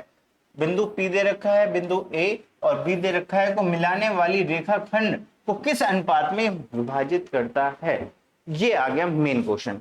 इसी में थोड़ा वेरिएबल ऐड कर देगा, है ना, थोड़ा सा चेंज करके ये क्वेश्चन पूछेगा, बट पोस्ट क्वेश्चन ऐसे पूछता है और बच्चा जब रेशियो गिवन हो तब तो डायरेक्टली आपने फॉर्मूला लगा दिया, लेकिन जब रेशियो ना गिवन हो उस कंडीशन में क्या करेंगे, ठीक है। तो एक ट्रिक है, हमेशा याद रखोगे कि जब भी किसी क्वेश्चन में हमको रेशियो ना गिवन हो, क्या करे, क्वेश्चन पढ़ा हमने, देखा कि यार यहाँ रेशियो नहीं गिवन है, यहाँ रेशियो पूछ रहा है, तो जब भी रेशियो पूछेगा तो ऑलवेज लेट करोगे जो हमारा पॉइंट है वो क्या करेगा, उस लाइन को, उस सेगमेंट को लैम्डा रेशियो 1 में डिवाइड करेगा। ठीक है, सुनना कहानी, कह रहा बिंदु P, बिंदु A और B, तो हम लेते हैं ये लाइन, मान लेते हैं A पॉइंट हमारा क्या दे रखा है -6,10, B पॉइंट हमको दे रखा है 3,-8, ये पॉइंट B है, ठीक है। और ये पॉइंट P यहां कहीं होगा, ये दे रखा है -4,-6। फर्स्ट में हमने क्या कहा कि भैया ए बी है, पॉइंट पी किस रेशियो में डिवाइड कर रहा है, तो हम लेट कर लेंगे ऑलवेज लैम्डा रेशियो 1 में। यही इसकी ट्रिक है। क्या करना है हमको, सिंपल सी कहानी कि भैया जब भी रेशियो वाले क्वेश्चंस आएंगे और जिसमें रेशियो पूछ रहा हो तो ऑलवेज रेशियो लेट कर लेंगे कि जो पॉइंट पी है वो ए बी को क्या कर रहा है, लैम्डा रेशियो 1 पे डिवाइड कर रहा है। अब इससे फायदा क्या हुआ कि एक वेरिएबल कम हो गया और जो लैम्डा की जो भी वैल्यू आएगी वो भी रेशियो में आएगी, फ्रैक्शन में आएगी, वही फाइनल रेशियो आपका आंसर हो जाएगा। यानी हमें सिर्फ लैम्डा की वैल्यू फाइंड करनी, बात खत्म। हमने कहा ठीक है सर, चलो सॉल्व करते हैं। तो हमने कहा सबसे पहले एम रेशियो एन फॉर्मूला लगा दो, फिर से वही कहानी बनेगी, क्या होगा, तो हमने कहा सर क्रॉस मल्टीप्लाई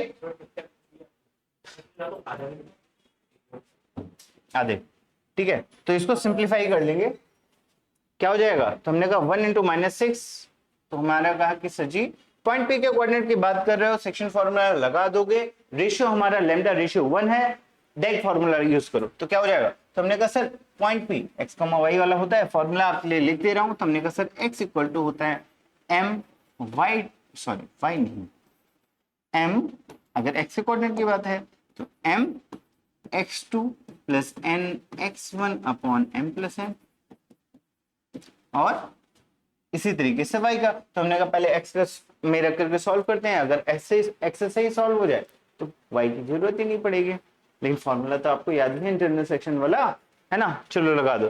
तो हमने कहा सर m रेशियो n हमने लेट किया है लैम्डा रेशियो 1, अब रखिए वैल्यू, तो हमने कहा सर x गिवन है यहाँ क्या -4, तो हो जाएगा -4 इक्वल टू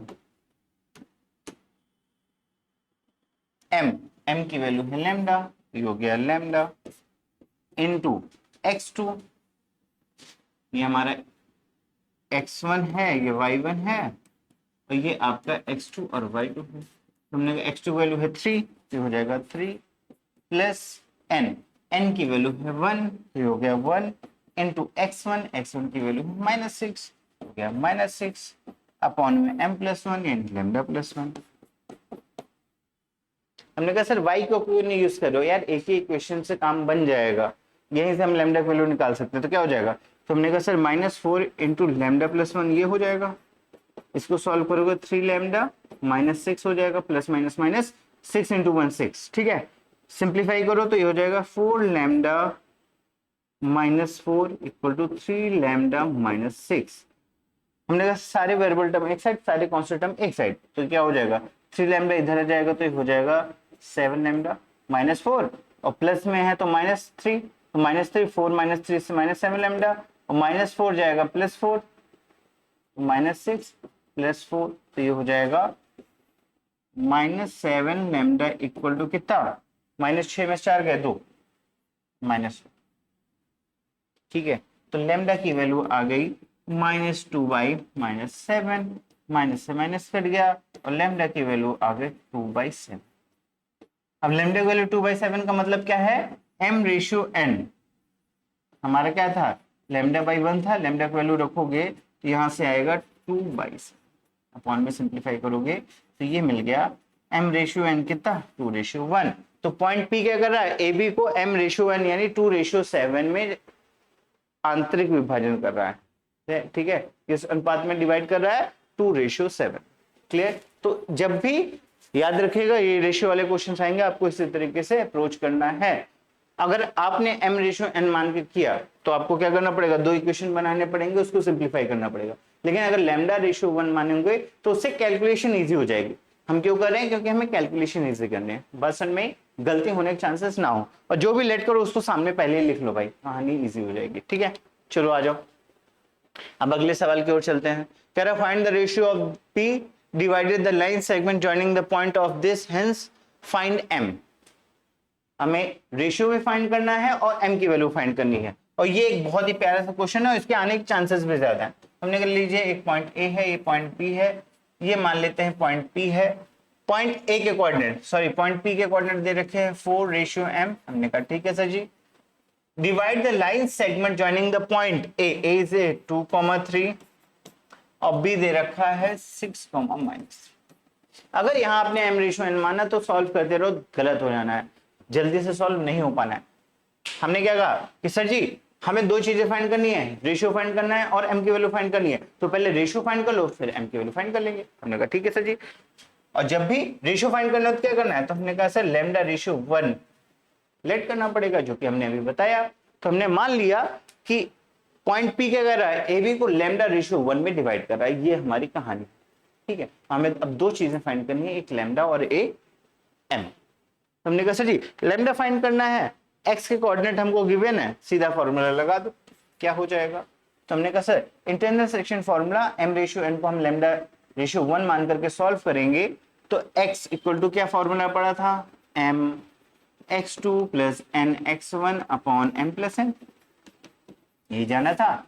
ये हमने कहा सर ये हमारा x1 y1 है और ये हमारा x2 y2 है, ये हमारा क्या है x2 और y2 है।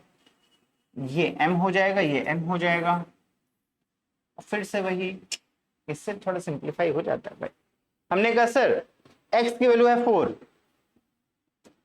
जो कंफ्यूज हो रहे हैं उनके लिए हमने कहा सर क्या है, ये ऐसे और ये ऐसे। x की वैल्यू है 4 तो 4 इक्वल टू m की वैल्यू है लैम्डा, तो ये हो गया लैम्डा इंटू x2 की वैल्यू है 6 प्लस n की वैल्यू है 1, n की वैल्यू है 1 और x1 की वैल्यू है 2, तो हो गया 2 अपॉन में m प्लस 1 यानी लैम्डा प्लस 1।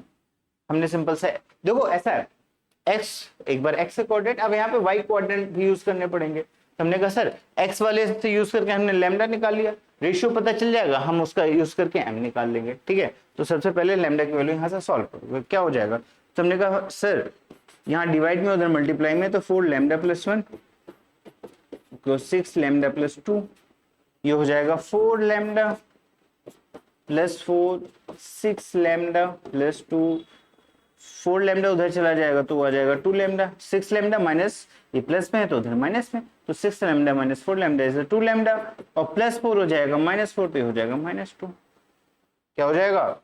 हमने कहा 4 प्लस में है इधर जाएगा माइनस में हो जाएगा। क्या कोई पॉइंट नेगेटिव तो नहीं दे रखा है, बी वाला दे रखा है 2 के लिए, चलो ठीक है। तो लैम्डा की वैल्यू आ गई है -2/2 यानी -1। अब नेगेटिव 1 का क्या मतलब है, बात समझ लेना भाई। अगर नेगेटिव टर्म आ रहा है इसका मतलब क्या है कि इंटरनल डिवीजन ना करके एक्सटर्नल डिवीजन दे रहा है, बस इतनी सी कहानी है। ठीक है, एक बार फिर से चेक कर लेंगे, 1 into 2 1 into 6 sorry lambda into 6 और 1 into 2 हो जाएगा अपॉन में lambda plus 1 equal to 4 given है, तो 4 दिस अपॉन दिस हो जाएगा 4 lambda plus 4 equal to 6 lambda plus 2, 4 lambda उधर जाएगा तो 2 लैम्डा हो जाएगा, प्लस 4 जाएगा तो अच्छा प्लस 4 क्यों जाएगा यार, यही तो गड़बड़ हो रही है। आ जाओ ये हो गया 2। अब सुना हमने कहा सर 4 लैम्डा इधर जाएगा 2 इधर जाएगा, तो हो जाएगा 2 लैम्डा इक्वल टू 2। भाई ये किससे मिस्टेक होती है ज्यादातर ध्यान रखना भाई, अगर आपने वो क्या नाम कहते हैं, सावधानी हटी दुर्घटना घटी वाली कहानी है। ठीक है, तो 4 लैम्डा उधर जाएगा तो 6 लैम्डा और प्लस 2 है इधर आएगा -2, तो 4 - 2 इज 2 और लैम्डा तो लैम्डा इक्वल टू आ गया 1 और लैम्डा इक्वल टू 1 आ गया, मतलब क्या हो गया, लैम्डा की वैल्यू 1 यानी m रेशियो n जो तुम्हारा आएगा तो 1:1 होगा। सिंपल सी कहानी है।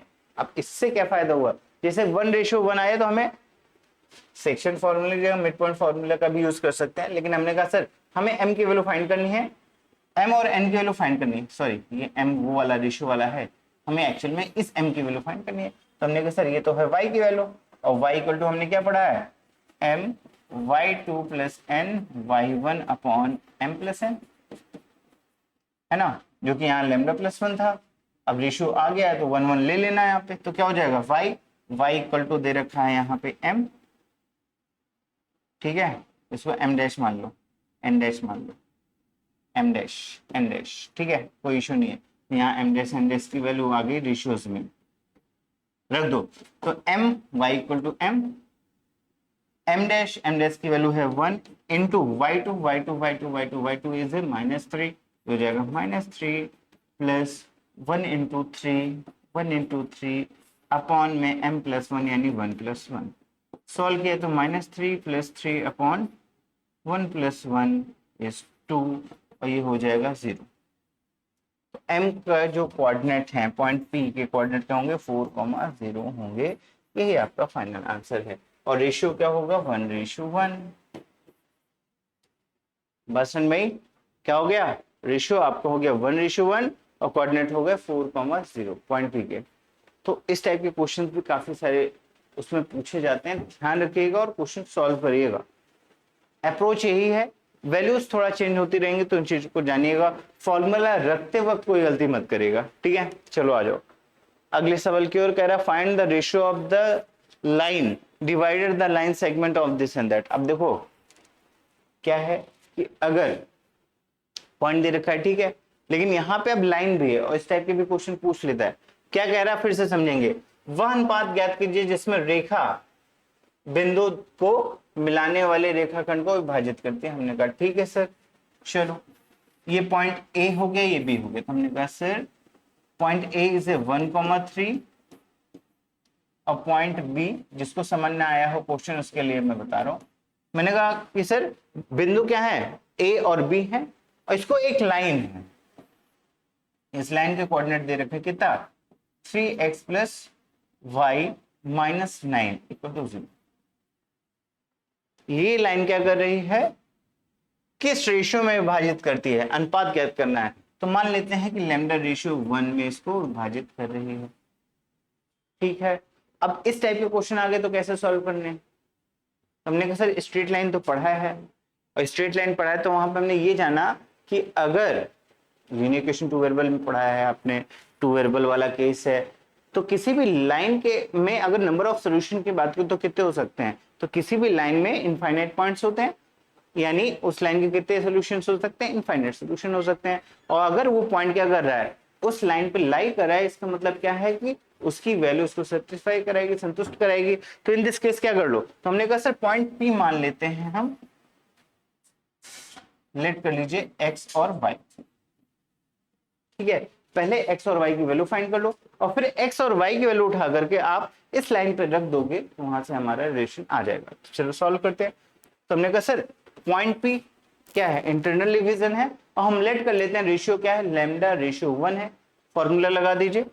तो पॉइंट P के कोऑर्डिनेट होंगे, फिर से फॉर्मूला लिख दीजिए, m ऑफ y2, सॉरी ये हो जाएगा m x2 plus n x1 upon m plus n,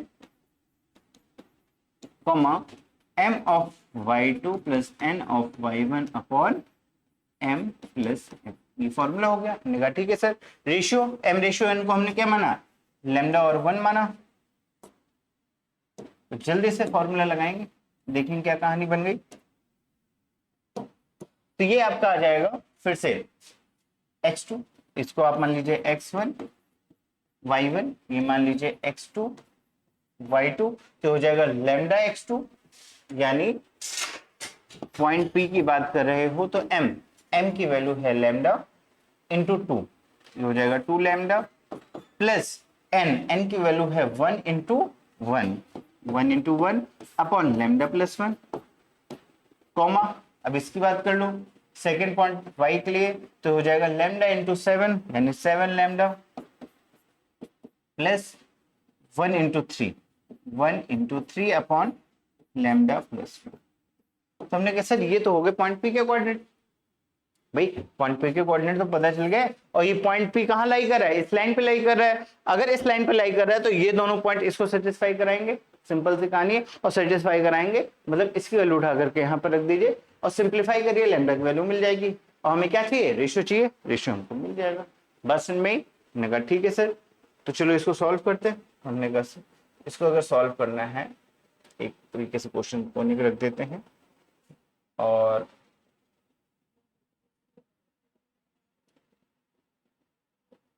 ठीक है क्वेश्चन यार दिख रहा होगा आप लोगों को, आगे बढ़ते हैं, इसी को यहीं पे सॉल्व भी करना है। ठीक है चलो आ जाओ। तो हमने कहा सर पॉइंट पी हमको मिल गया, और ये लाइन हमको पता है क्या, 3x plus y minus 9 equal to 0, और ये पॉइंट इस लाइन पे लाई कर रहा है तो इसको सेटिस्फाई कराएगा। तो हमें सिंपल से करना है कि इसको ये x की वैल्यू ये y की वैल्यू उठा करके इस पॉइंट लाइन पे रखनी, तो रख देते हैं। तो हमने कहा इक्वेशन है जिसको ना दिख रहा हो 3x plus y minus 9 equal to 0, ठीक है रख दो। x की वैल्यू क्या होगी, तो हमने कहा sir 2 lambda plus 1 into 1 upon lambda plus 1, 3x है तो x की वैल्यू तो हमने ये रख दी पूरी।